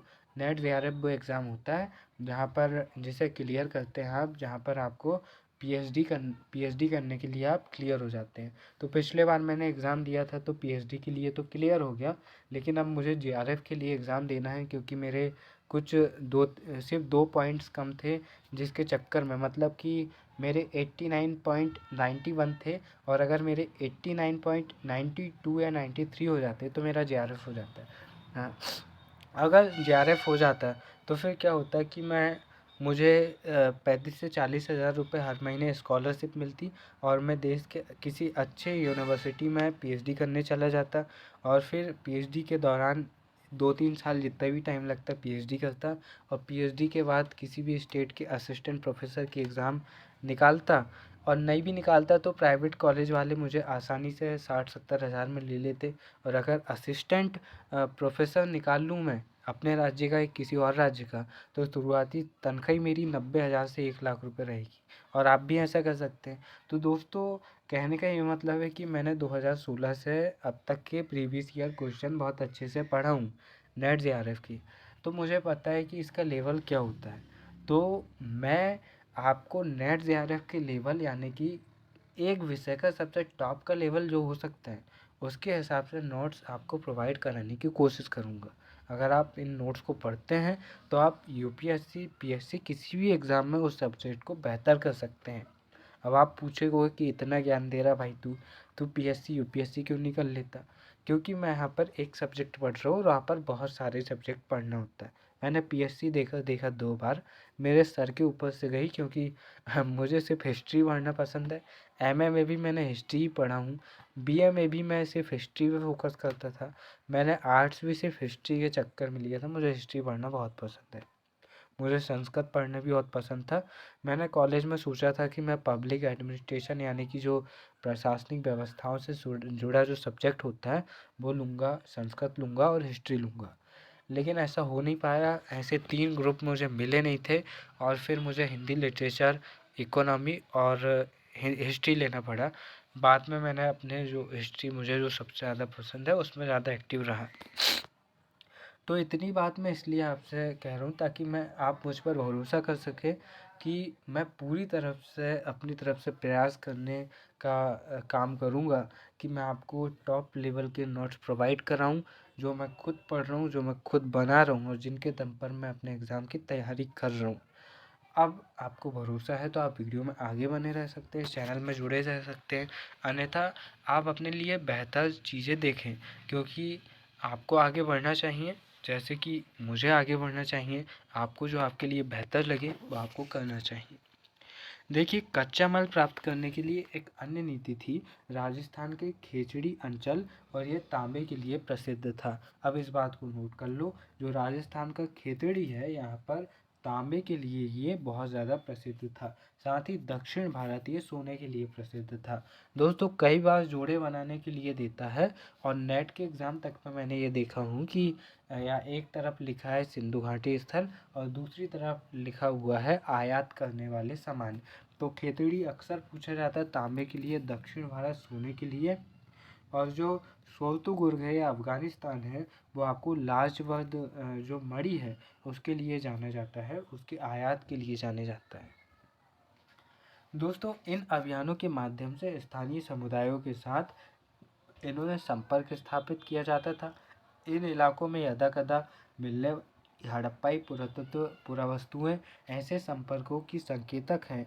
खेतड़ी क्षेत्र में मिले साक्ष्यों को पुरातत्वविदों ने गणेशा जोधपुरा संस्कृति का नाम दिया है। अब यहाँ पर खेतड़ी क्षेत्र में मिले साक्ष्यों को पुरातत्वविदों ने क्या कहा है? गणेशपुर जोधपुर संस्कृति। ये कहाँ है? खेतड़ी। और खेतड़ी कहाँ है? तो खेतड़ी राजस्थान में है। इस संस्कृति के विशिष्ट मृदभांड हड़प्पाई मृदभांडों से भिन्न थे तथा यहाँ तांबे की वस्तुओं की असाधारण संपदा मिली थी। ऐसा संभव है कि इस क्षेत्र के निवासी हड़प्पा सभ्यता के लोगों को तांबा भेजते थे। अब यहाँ पर आप देख सकते हैं जो प्रमुख स्थल है ये क्या बता रहा है, यहाँ पर देखते हैं हड़प्पा सभ्यता के यहाँ पर कुछ चीज़ें। दोस्तों यहाँ पर लिखा है जो इसके सुदूर क्षेत्र हैं उनके बारे में, यहाँ पर जो प्रमुख सुदूर क्षेत्र हैं जैसे यहाँ पर आपको मिस्र में रसाल जनेजा, ये इधर अफ़गानिस्तान में ये सुदकांडूर, ये अफ़गानिस्तान है पाकिस्तान है, पाकिस्तान लग रही तो फिर यहाँ पर शहर ये सोख्ता, फिर यहाँ पर उर ये उस टाइम के प्रसिद्ध नगर है ना। ये मेसोपोटामिया की सभ्यता आप यहाँ पर देख रहे हैं। इसके बाद में आप इधर हड़प्पा, यहाँ पर आप लोथल जैसे स्थलों की बात कर रहे हैं। यहाँ पर आप मिस्र की सभ्यता देख रहे हैं, रसाल जनेज। दोस्तों यहाँ पर वीडियो रोक के मुझे पानी पीना पड़ गया, वो भी कुनकुना वाला, क्योंकि यहाँ पर मेरे गले की वाट लगी पड़ी है। एक तो जुकाम हुआ है, गला दुख रहा है। मैं बैठ चुका हूँ फिर से अपनी जगह पे। चलो अब आगे बढ़ते हैं और ये देखते हैं सुदूर क्षेत्रों से संपर्क। जो सुदूर यानी कि इनका जो समकालीन दूसरी सभ्यताएं थी उनसे इनका किस प्रकार से संपर्क था। अब यहाँ पर पहला ये चित्र आप देख सकते हैं, ओमान में मिला एक हड़प्पाई मर्तबान। यहाँ पर इसका ये मतलब है कि इनका जो संबंध था वो ओमान तक पहुँच गया था। ओमान की राजधानी मस्कट है। दोस्तों, हाल ही में हुई पुरातात्विक खोजें इंगित करती है कि तांबा संभवतः अरब प्रायद्वीप के दक्षिण पूर्वी छोर पर स्थित ओमान से भी लाया जाता था। रासायनिक विश्लेषण दर्शाते हैं कि ओमानी तांबे तथा हड़प्पाई पुरावस्तुओं दोनों में निकल के अंश मिले हैं, जो दोनों के साझा उद्भव की ओर संकेत करते हैं। संपर्क के और भी संकेत मिले हैं, जैसे एक विशिष्ट प्रकार का पात्र अर्थात एक बड़ा हड़प्पाई मर्तबान जिसके ऊपर काली मिट्टी की एक मोटी परत चढ़ा दी गई थी। तो ओमानी स्थलों से मिला है। एक मोटी परत तरल पदार्थों के रिसाव को रोक देती थी और हमें यह नहीं पता है कि इन पात्रों में क्या रखा जाता था, पर संभव है कि हड़प्पा सभ्यता के लोग इनमें रखे सामान का ओमानी तांबे से विनिमय करते थे। यहाँ पर आप दोस्तों, यहाँ पर जो मेसोपोटामिया है उसकी एक आप विशिष्ट बेलनाकार मुहर देख सकते हैं, परंतु इस पर बना एक कुबड़दार वृषभ का चित्र जो है वह सिंधु घाटी सभ्यता से लिया गया है। इसका यह मतलब है कि जो मेसोपोटामिया की सभ्यता जो कि इराक में दजला फरात नदी के किनारे यह रही, इससे पता चलता है कि ये इनका संपर्क था, क्योंकि यहाँ पर वृषभ दिख रहा है और वृषभ जो है वो सिंधु घाटी सभ्यता का पूजनीय पशु था। अब जो भारतीय इतिहास के कुछ विषय हैं उनको अब हम और पढ़ते हैं। 3री शताब्दी ईसा पूर्व में दिनांकित मेसोपोटामिया के लेखों में मगान, जो संभवतः ओमान के लिए प्रयुक्त नाम था, नामक क्षेत्र से तांबे के आगमन के संदर्भ में मिलते हैं। दोस्तों, मेसोपोटामिया के लेख पढ़े जा चुके हैं, लेकिन सिंधु घाटी सभ्यता के लेखों को नहीं पढ़ा जा सका है। यह रोचक बात यह है कि मेसोपोटामिया के स्थलों से मिले तांबे में भी निकल के अंश मिलते हैं। लंबी दूरी के संपर्कों की ओर संकेत करने वाली अन्य पुरातात्विक खोजों में हड़प्पाई मुहरें, बार्ट, पारसे तथा मनके शामिल है। इस संदर्भ में यह भी देखना महत्वपूर्ण है कि मेसोपोटामिया के लेख दिलमुन यानी कि संभवतः बहरीन द्वीप पर भी तथा मगान तथा मेलुहा संभवतः हड़प्पाई क्षेत्रों के लिए प्रयुक्त शब्द नामक क्षेत्रों से संपर्क की जानकारी मिलती है। अब यहाँ पर आप जो बहरीन देश है वहाँ पर मिली गोलाकार फारस की खाड़ी प्रकार की मुहर आप देख सकते हैं, जो कि यहाँ पर हड़प्पाई चित्र आप देख रहे होंगे। इससे इनके संपर्क का पता चलता है। तो पता कैसे चल रहा है? तो जो अगर मुहर कहीं मिल जा रही है, कोई पात्र जो कि एक संस्कृति विशेष में बनाया जाता था, अगर वो कहीं और मिल रहा है, इसका मतलब है कि वो संस्कृति का संबंध कहीं ना कहीं रहा होगा। अब दोस्तों, मेलुहा के विषय में मेसोपोटामियाई मिथक यह बताता है कि तुम्हारा पक्षी हाजा पक्षी हो, उसकी आवाज़ राजप्रसाद में सुनाई थी। कई पुरातात्विदों का मानना है कि हाजा पक्षी मोर था। क्या उस नाम से उसे अपनी आवाज़ में मिला था? ऐसा संभव है कि ओमान, बहरीन या मेसोपोटामिया से संपर्क सामुद्रिक मार्ग से था। मेसोपोटामिया के लेख मेलुहा को नाविकों का देश कहते हैं। दोस्तों, इसके अतिरिक्त हम मुहरों पर जहाज़ों तथा नावों के चित्रांकन भी पाते हैं। यहाँ पर आप ये देख सकते हैं, नाव के लिए आप यहाँ पर एक चित्र देख सकते हैं। दोस्तों, यहाँ पर जो प्राचीन सूचना पट के अक्षर आप यहाँ पर देख सकते हैं। अब इनकी मोहरें, लिपि तथा बाट की अगर हम बात करें तो मोहरों और मुद्रांकन पर प्रयोग लंबी दूरी के संपर्कों को सुविधाजनक बनाने के लिए होता था। कल्पना कीजिए कि सामान से भरा एक थैला एक स्थान से दूसरे स्थान तक भेजा गया। उसका मुख रस्सी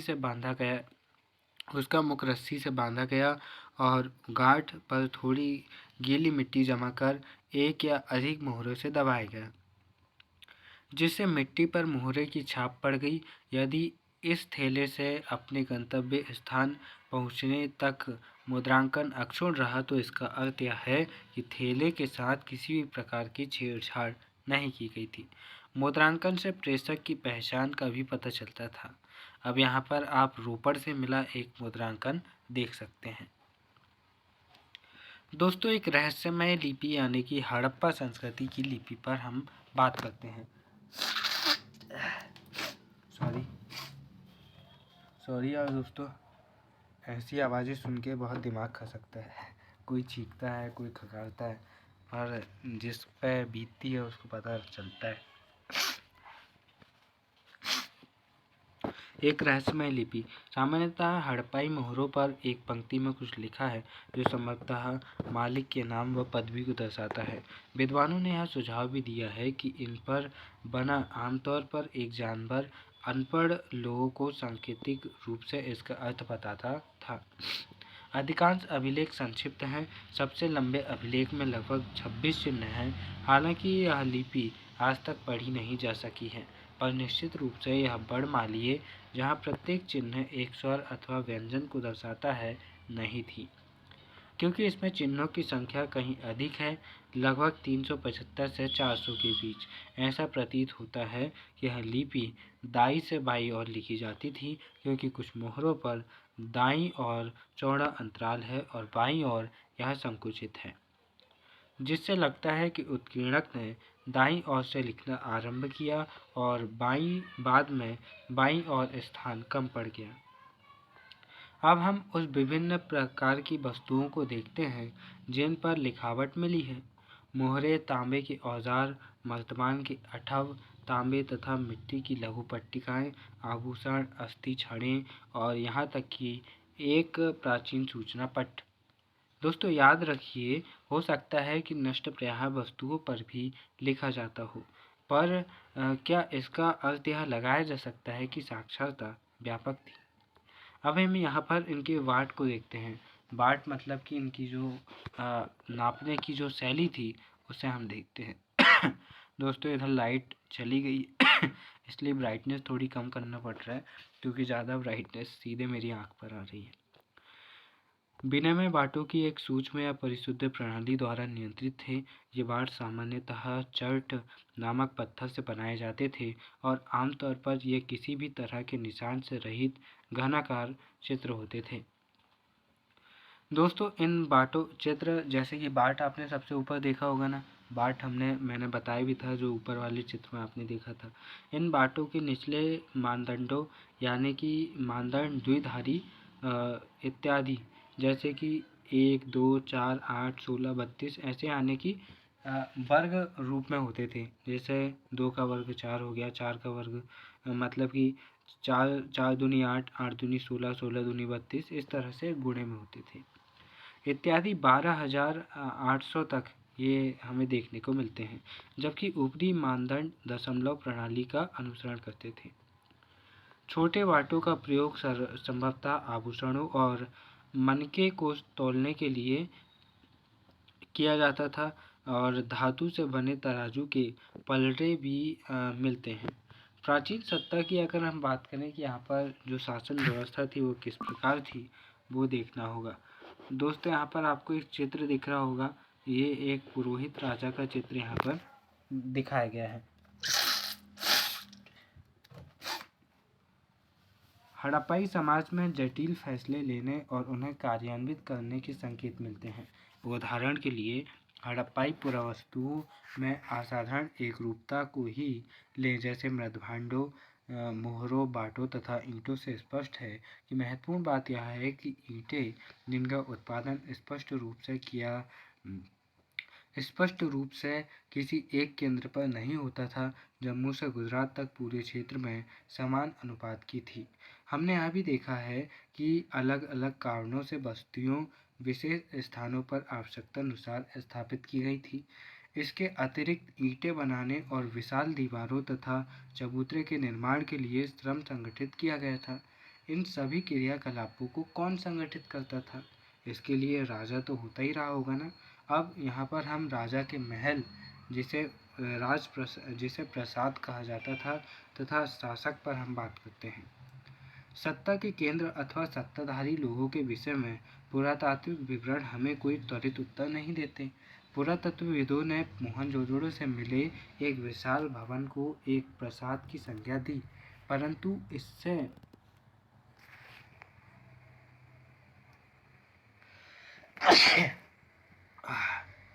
इससे संबद्ध कोई भव्य वस्तुएं नहीं मिली हैं। एक पत्थर की मूर्ति को पुरोहित राजा की संज्ञा दी गई थी और यह नाम आज भी प्रचलित है। जो पुरोहित राजा आप यहाँ पर ये देख रहे हैं, ऐसा इसलिए है क्योंकि पुरातत्वविदों मेसोपोटामिया के इतिहास तथा वहाँ के पुरातत्व राजाओं से परिचित थे और यही समानताएं उन्होंने सिंधु क्षेत्र में भी ढूंढी। लेकिन जैसा कि हम देखेंगे, हड़प्पा सभ्यता की अनुष्ठानिक प्रथाएं अभी तक ठीक प्रकार से समझी नहीं जा सकी है और न ही यह जानने के साधन उपलब्ध हैं, क्योंकि जो लोग इन अनुष्ठानों का निष्पादन करते थे उनके पास राजनीतिक सत्ता होती थी। कुछ पुरातत्वविद इस मत के हैं कि हड़प्पाई समाज के शासक नहीं थे तथा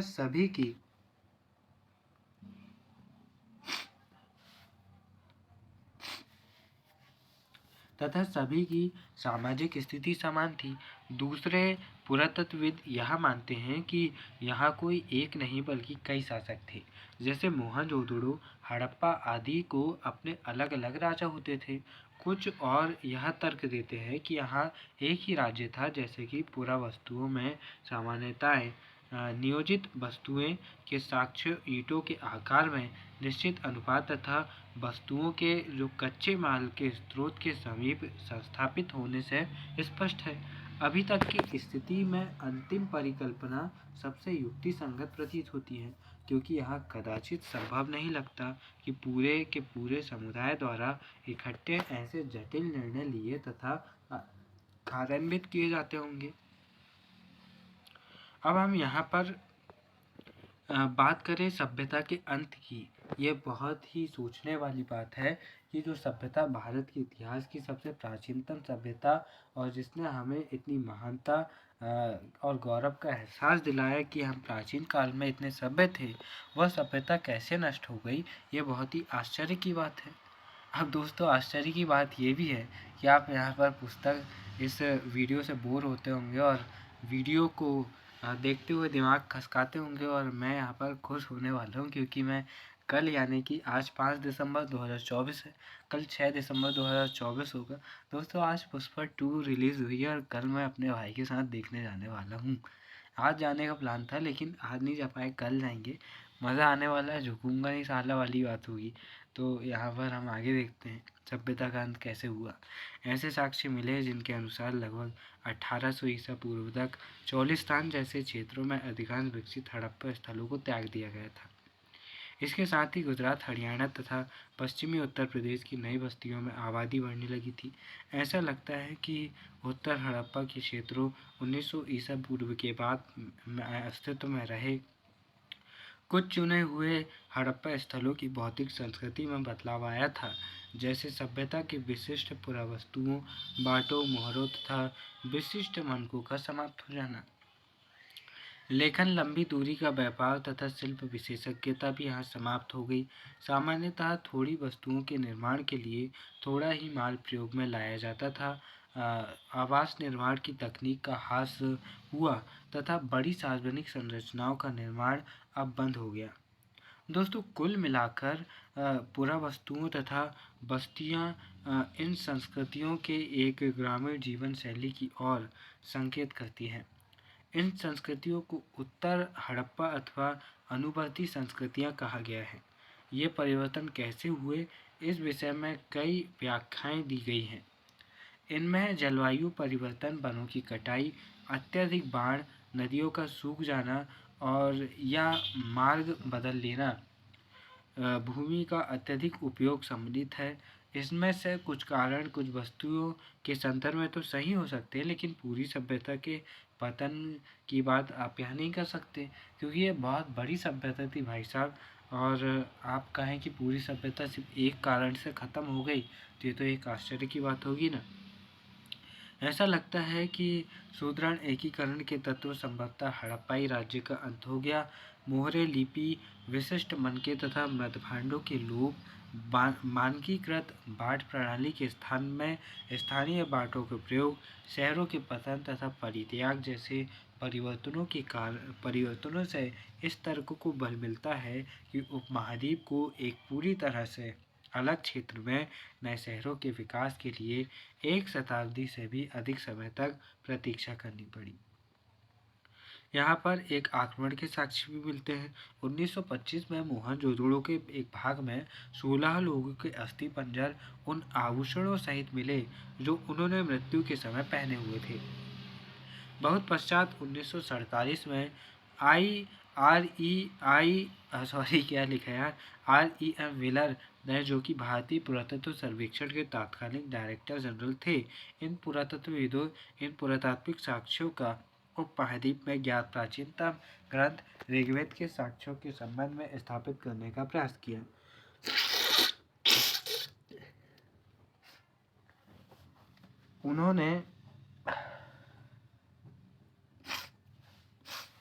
उन्होंने लिखा, ऋग्वेद में पुर शब्द का उल्लेख है जिसका अर्थ है प्राचीर, किला या गढ़। आर्यों की युद्ध के देवता इंद्र को पुरंदर अर्थात गढ़ विध्वंसक कहा गया है। ये दुर्ग कहाँ या थे? पहले यह माना गया था कि ये मिथक मात्र थे। हड़प्पा में हाल ही में हुए उत्खननों ने मानव परिदृश्य बदल दिया है। यह मुख्यतः अनार्य प्रकार की एक बहुत विकसित सभ्यता पाते हैं, जिसमें अप्राप्त जानकारी के अनुसार विशाल किलेबंदी की गई थी। यह सुदृढ़ रूप से स्थिर सभ्यता कैसे नष्ट हुई? हो सकता है कि जलवायु संबंधी आर्थिक तथा अथवा राजनीतिक हास ने इसे कमजोर किया हो, पर अधिक संभावना इस बात की भी है कि जानबूझकर तथा बड़े पैमाने पर किए गए विनाश ने इसे अंतिम रूप से समाप्त कर दिया। यह मात्र संयोग ही नहीं हो सकता कि मोहनजोदड़ो के अंतिम चरण में आभास होता है कि यह पुरुषों, महिलाओं तथा बच्चों का जनसंहार किया गया था, जो पारिस्थितिक साक्ष्यों के आधार पर इंद्र अभियुक्त माना जाता है। यहाँ पर जो एंशिएंट इंडिया नाम का उनका जनरल था, उसमें उन्होंने लिखा था। तो इस तरह की बातें ये करते हैं। हड़प्पा सभ्यता की खोज की अगर हम बात करें तो जब हड़प्पा सभ्यता के शहर नष्ट हो गए तो धीरे धीरे उनके विषय में लोग सब भूल गए। जब लोगों ने इस क्षेत्र में शताब्दियों बाद रहना आरंभ किया, तब वे यह नहीं समझ पाए कि बाढ़ या मिट्टी के कटाव के कारण अथवा खेत की जुताई के समय या फिर खजाने के लिए खुदाई के समय यदाकदा धरती की सतह पर आने वाली अपरिचित वस्तुओं का क्या अर्थ लगाया जाए। दोस्तों, यहाँ पर एक गाय या बैल आपको दिख रहा होगा और यहाँ पर कुछ चित्र बने हुए हैं। कनिंघम द्वारा हड़प्पा से प्राप्त पहली ज्ञात मुहर का बनाया गया ये रेखांकन चित्र है। अब यहाँ पर कनिंघम का क्या विचार था? कनिंघम वे पहले व्यक्ति थे जिन्होंने यहाँ पर बेहतर तरीके से खुदाई करवाई थी और वे भारतीय पुरातत्व विभाग के पहले डायरेक्टर और इसके जनक भी रहे।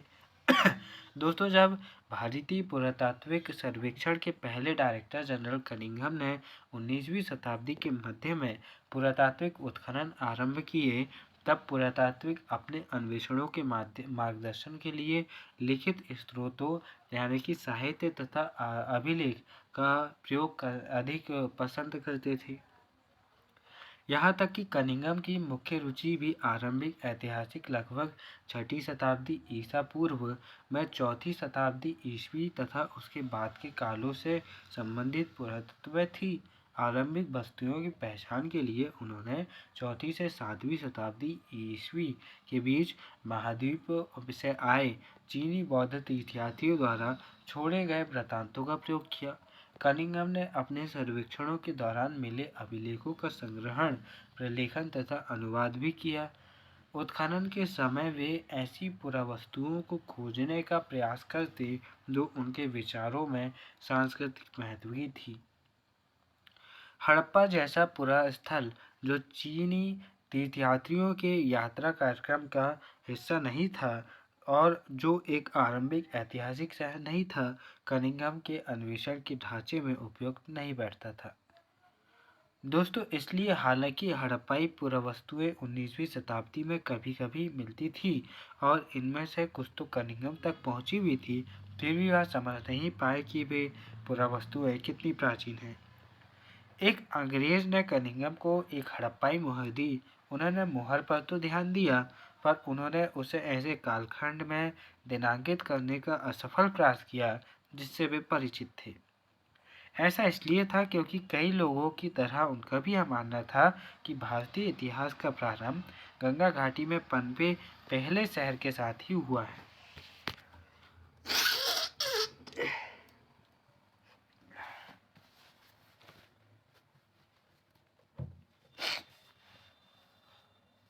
उनकी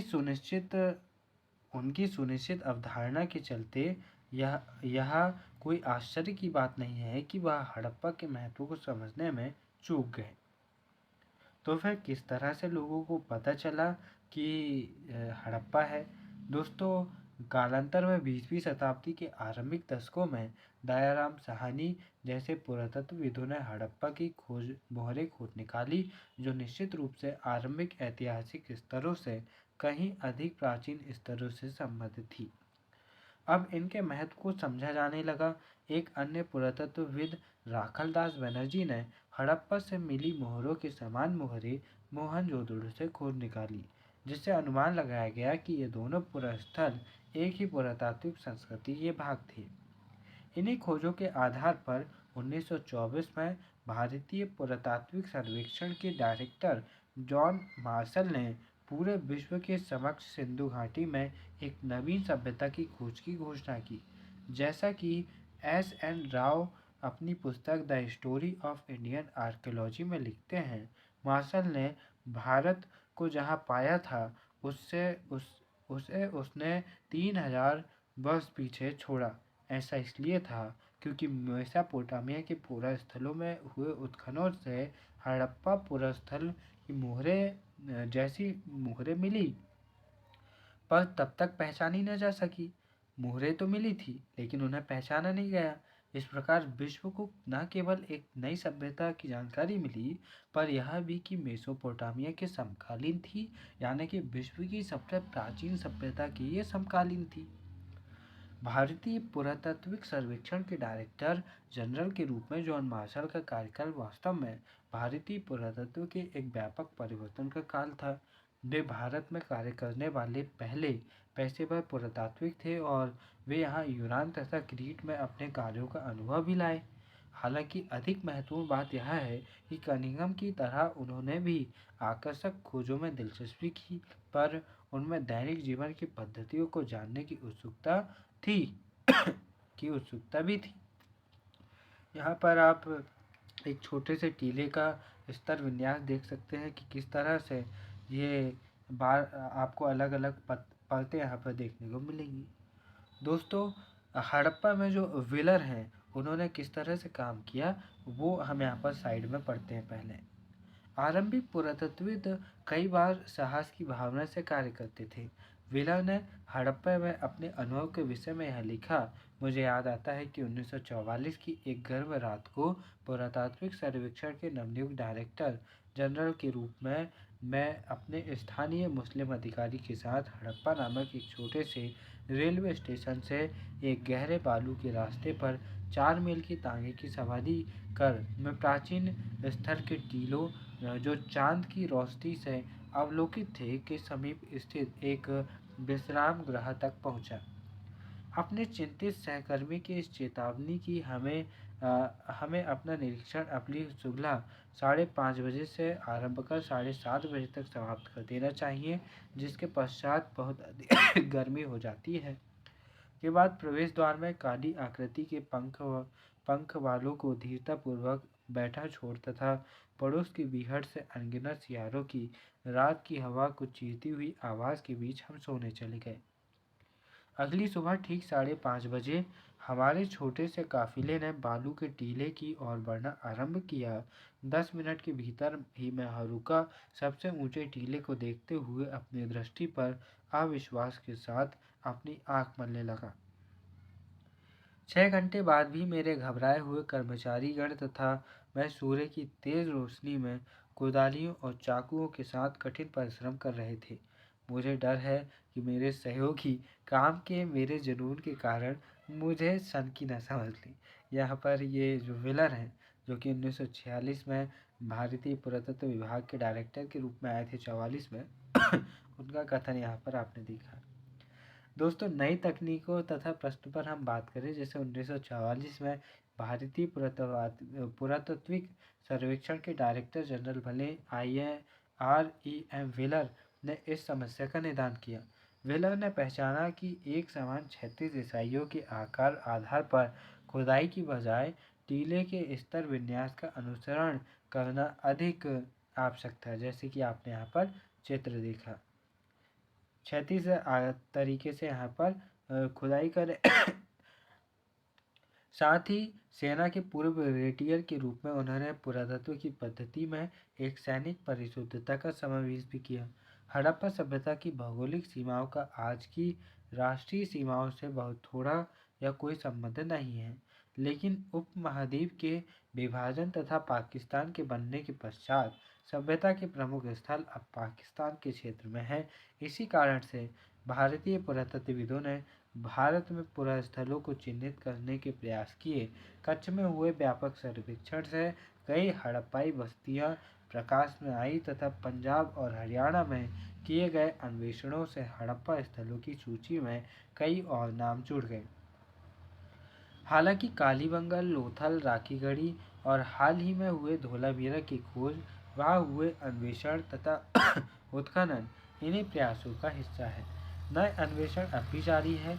इन दशकों में नए प्रश्न महत्वपूर्ण हो गए हैं। यहाँ कुछ पुरातात्विक आमतौर पर सांस्कृतिक उपक्रम का पता लगाने के इच्छुक रहते हैं, वहीं कुछ और विशेष पुरास्थलों की भौगोलिक स्थिति के पीछे निहित कारणों को समझने का प्रयास करते हैं। वे पुरावस्तुओं रूपी निधि से भी जूझते हैं और उनकी संभावित उपयोगिता को समझने का प्रयास करते हैं। 1980 के दशक में हड़प्पाई पुरातत्व में अंतर्राष्ट्रीय स्तर पर भी रुचि लगातार बढ़ती रही है। हड़प्पा और मोहनजोदड़ो दोनों स्थल पर उपमहाद्वीप के तथा विदेशी विशेषज्ञ संयुक्त रूप से कार्य करते रहे हैं। वे आधुनिक वैज्ञानिक तकनीकों का प्रयोग करते हैं, जिनसे मिट्टी, पत्थर, धातु की वस्तुएं तथा वनस्पति और जानवरों के अवशेष प्राप्त करने हेतु सतह का अन्वेषण और साथ ही उपलब्ध साक्ष्यों के हर सूक्ष्म टुकड़े का विश्लेषण सम्मिलित है। यह अन्वेषण भविष्य में रोचक परिणामों की आशा दिलाते हैं। दोस्तों, अतीत को जोड़कर पूरा करने की समस्याओं को अगर हम बात करें, तो हड़प्पाई लिपि से इस प्राचीन सभ्यता को जानने में कोई मदद नहीं मिलती, बल्कि यह भौतिक साक्ष्य है कि जो पुरातत्वविदों को हड़प्पाई जीवन को ठीक प्रकार से पुनर्निर्मित करने में सहायक होते हैं। वे वस्तुएं मृदभांड, औजार, आभूषण, घरेलू सामान हो सकते हैं।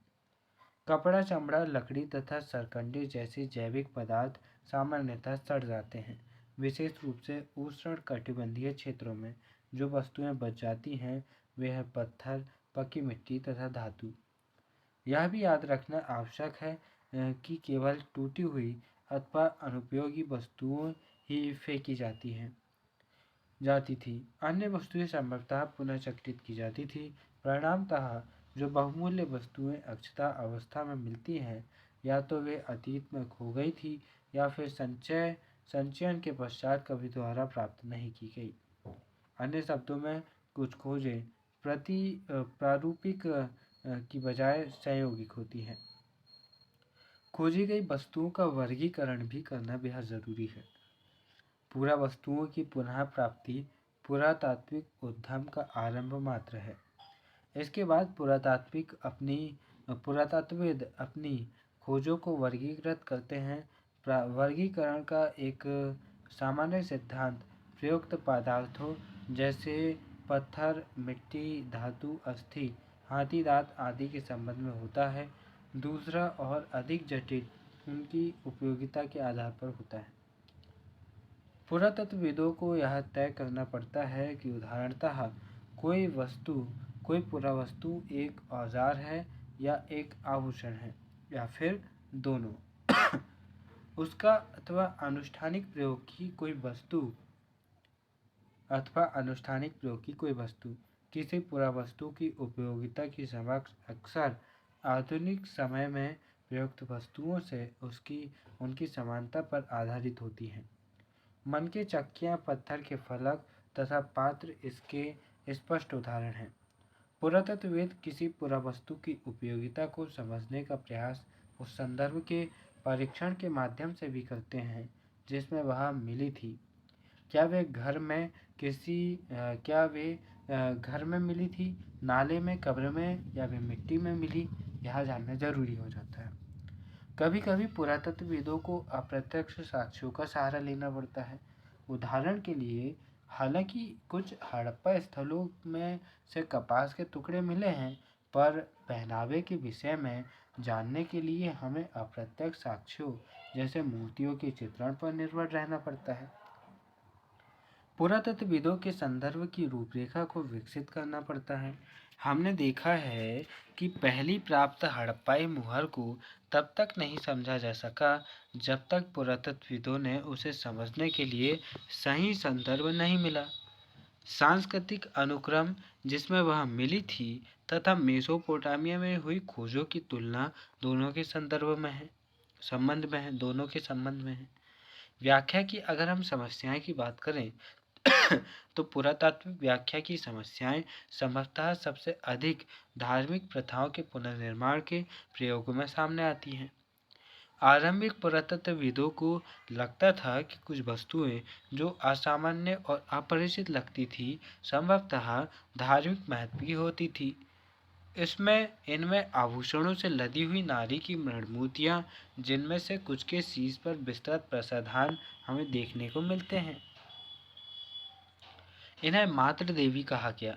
पुरुषों की दुर्लभ पत्थर से बनी मूर्तियों, जिनमें से एक लगभग मानकीकृत मुद्रा में एक हाथ घुटने पर रखा बैठा हुआ दिखाया गया है, जैसे कि वह पुरोहित राजा है, और इसका चित्र हमने ऊपर देखा।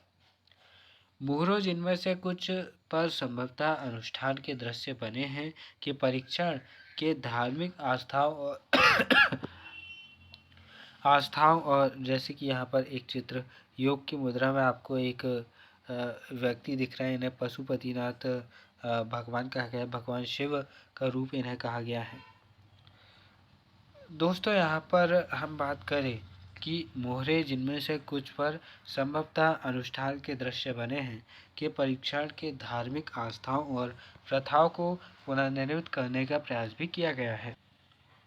यहाँ पर आप एक योगी की मुद्रा देख सकते हैं। इन्हें भगवान शिव की संज्ञा दी गई है। कुछ मोहरों पर एक आकृति जिसे पालथी मारकर योगी की मुद्रा पर बैठा दिखाया गया है, और कभी कभी जिसे जानवरों से घिरा हुआ दिखाया गया। आसपास आप जानवर देख सकते हैं। इन्हें आग्ध शिव अर्थात हिंदू धर्म के प्रमुख देवताओं में से एक का आरंभिक रूप माना जाता है। दोस्तों, जो आग्ध शिव की मोहरें हैं, सबसे आरंभिक धार्मिक ग्रंथ ऋग्वेद लगभग 1500 से 1000 ईसा पूर्व के दौरान भी संकलित हुआ में रुद्र नामक एक देवता का उल्लेख मिलता है। दोस्तों, यहाँ पर लिंग की बात कर ले तो लिंग उस परिष्कृत पत्थर को कहा जाता है जिसकी पूजा भगवान शिव के रूप में होती है। जो बात की पौराणिक परंपराओं में शिव के लिए प्रयुक्त एक नाम जो पहली शताब्दी ईस्वी में हमें देखते हैं, लेकिन शिव के विपरीत रुद्र को ऋग्वेद में ना तो पशुपति यानी कि सामान्य रूप से जानवरों और विशेष रूप से मवेशियों के स्वामी, और न ही एक योगी के रूप में दिखाया गया है। दूसरे शब्दों में यह चित्र ऋग्वेद में दिए गए रुद्र के विवरण से मेल नहीं खाता। फिर भी यह कोई समन था जैसे कोई विद्वानों ने सुझाया, ये अभी तक सोचने का विषय है। समन क्या होता है? समन पे महिलाएं और पुरुष होते हैं जो जादुई इलाज करने की शक्ति होने के साथ ही दूसरी दुनिया से संपर्क साधने में समर्थ होते हैं। तो क्या ये एक तांत्रिक थे या फिर एक जादूगर थे? ये भी इतिहास में कहा जाता है। दोस्तों, यहाँ पर जो मोहरे या लिंग आप देख सकते हैं इस तरह की, इतने दशकों में हुए पुरातात्विक कार्यों की क्या उपलब्धि है, हमने इन खोजों से क्या पाया है, ये जानना जरूरी है।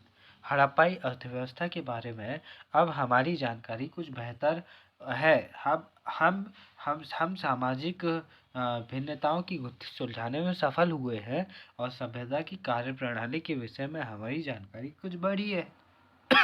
सच में यह स्पष्ट नहीं है कि लिपि के पढ़े जाने की स्थिति में हम और कितना जान पाते। यदि एक द्विभाषी अभिलेख मिलता है तो हड़प्पा निवासियों द्वारा बोली जाने वाली भाषाओं के विषय में प्रश्नों पर संभावित विराम लग सकता है।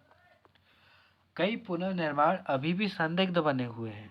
क्या विशाल स्नानागार एक आनुष्ठानिक संरचना थी? क्या वह एक पूजा का स्थल था? यहाँ पर साक्षरता यानी कि शिक्षा का क्या लेवल था? हड़प्पाई कब्रिस्तानों में जो सामाजिक भिन्नताएं कम देखने को मिलती है, उसका कारण क्या है? स्त्री पुरुष से जुड़े उनकी समानता से जुड़े प्रश्न भी यहाँ पर संशय के विषय में है। क्या महिलाएं मृदभांड बनाती थी या फिर केवल उन्हें रंगने का काम करती थी जैसे आजकल होता है? नारी मृणमूर्तियों का क्या उपयोग था? हड़प्पा सभ्यता के संदर्भ में स्त्री पुरुष के संबंध में जो जुड़े हुए पहलुओं पर बहुत कम विद्वानों ने अन्वेषण किए और यह भविष्य में होने वाले कार्यों की पूरी तरह से नया क्षेत्र है। कई सारे प्रश्न यहाँ पर खड़े होते हैं। यहाँ पर आप पकी हुई मिट्टी का खिलौना यानी कि जो रथ गाड़ी है वो आप यहाँ पर देख सकते हैं। अब यहाँ पर काल रेखा का निर्धारण बहुत ज़्यादा ज़रूरी है दोस्तों। इस काल रेखा के निर्धारण को ध्यान में रखना और याद रखना। आरंभिक भारतीय पुरातत्व के प्रमुख कालखंड की अगर बात करें तो 20 लाख से यानी कि जो वर्तमान से पूर्व, जैसे कि हमने देखा था 20 लाख वर्ष, इसे निम्न पूरा पाषाण कहा गया। 80,000 साल पहले मध्य पूरा पाषाण काल, 35,000 साल पहले उच्च पूरा पाषाण काल, 12,000 साल पहले मध्य पाषाण काल, 10,000 साल पहले 12,000 साल पहले मध्य पाषाण काल, 10,000 साल पहले नव पाषाण काल, जो कि आरंभिक कृषक और पशुपालक यहाँ पर होने लगे थे। 6,000 साल पहले ताम्र पाषाण काल, जहाँ तक तांबे का पहली बार प्रयोग हुआ। 2600 ईसा पूर्व, हाँ आ रहा हूँ। मम्मी ने 8 बजे बोले। 2600 ईसा पूर्व हड़प्पा सभ्यता। 1000 ईसा पूर्व आरंभिक लौह काल, महापाषाण, सावधान मतलब सब की प्रक्रिया यहाँ पर देखने को मिलने लगती है। दोस्तों 600 से 400 ईसा पूर्व आरंभिक ऐतिहासिक काल मिलता है। सभी तिथियां अनुमानित है दोस्तों, ये पूरी पुख्ता तिथियां नहीं है, ये अनुमानित है ना। जो प्राचीनतम साक्ष्य मिले उनके आधार पर ये तिथियां बताई गई हैं। अब आगे की अगर हम बात करें, इनके विकास क्रम की अगर हम बात करें तो 1875 में हड़प्पाई मुहावरों पर कनिंघम की रिपोर्ट आती है। 1921 में माधवभट्ट स्वरूप द्वारा हड़प्पा में उत्खननों का कार्य आरंभ होता है। 1925 में मोहनजोदड़ो में उत्खनन का कार्य आरंभ होता है। 1946 में REM व्हीलर द्वारा हड़प्पा में उत्खनन कार्य शुरू होता है। और जो राखलदास बनर्जी, राय बहादुर जैसे लोग काम करते हैं उनकी बात अलग है। 1955 में SR राव द्वारा लोथल में खुदाई का आरंभ जो हुआ उसके विषय में हम देखते हैं। 1960 में BB लाल तथा BK थापर के नेतृत्व में काली गंगा में उत्खननों का आरंभ देखते हैं। 1974 में SR मुगल द्वारा बहावलपुर में अन्वेषणों का जो आरंभ होता है वो देखते हैं। 1980 में जर्मन इतालवी संयुक्त दल द्वारा मोहनजोदड़ो में सतह अन्वेषण का आरंभ होता है। 1986 में अमेरिकी दल द्वारा हड़प्पा में उत्खननों का आरंभ होता है। 1990 में RS बिष्ट द्वारा धोलावीरा में उत्खनन करवाया जाता है। अब यहाँ पर बहुत सारी चीज़ें जानने को हो जाती हैं। अब यहाँ पर से प्रश्न शुरू हो जाते हैं। इसका ये मतलब है किस अध्याय की यहाँ पर से समाप्ति होती है, और तकरीबन 1 घंटे 40 मिनट के आसपास के अध्याय में हमने सिंधु घाटी सभ्यता और जो हमारे भारत का आरंभिक विकास है उसे समझने का प्रयास बहुत आसान तरीके से किया, और बहुत ज़्यादा बोरिंग या फिर बहुत ज़्यादा आलसी के साथ आपने वीडियो देखा होगा। तो दोस्तों जब लंबे वीडियो रहते तो उन्हें आधा घंटे में या 40-45 मिनट में पॉज करके रोक कर थोड़ा 5-10 मिनट टहल लिया करो।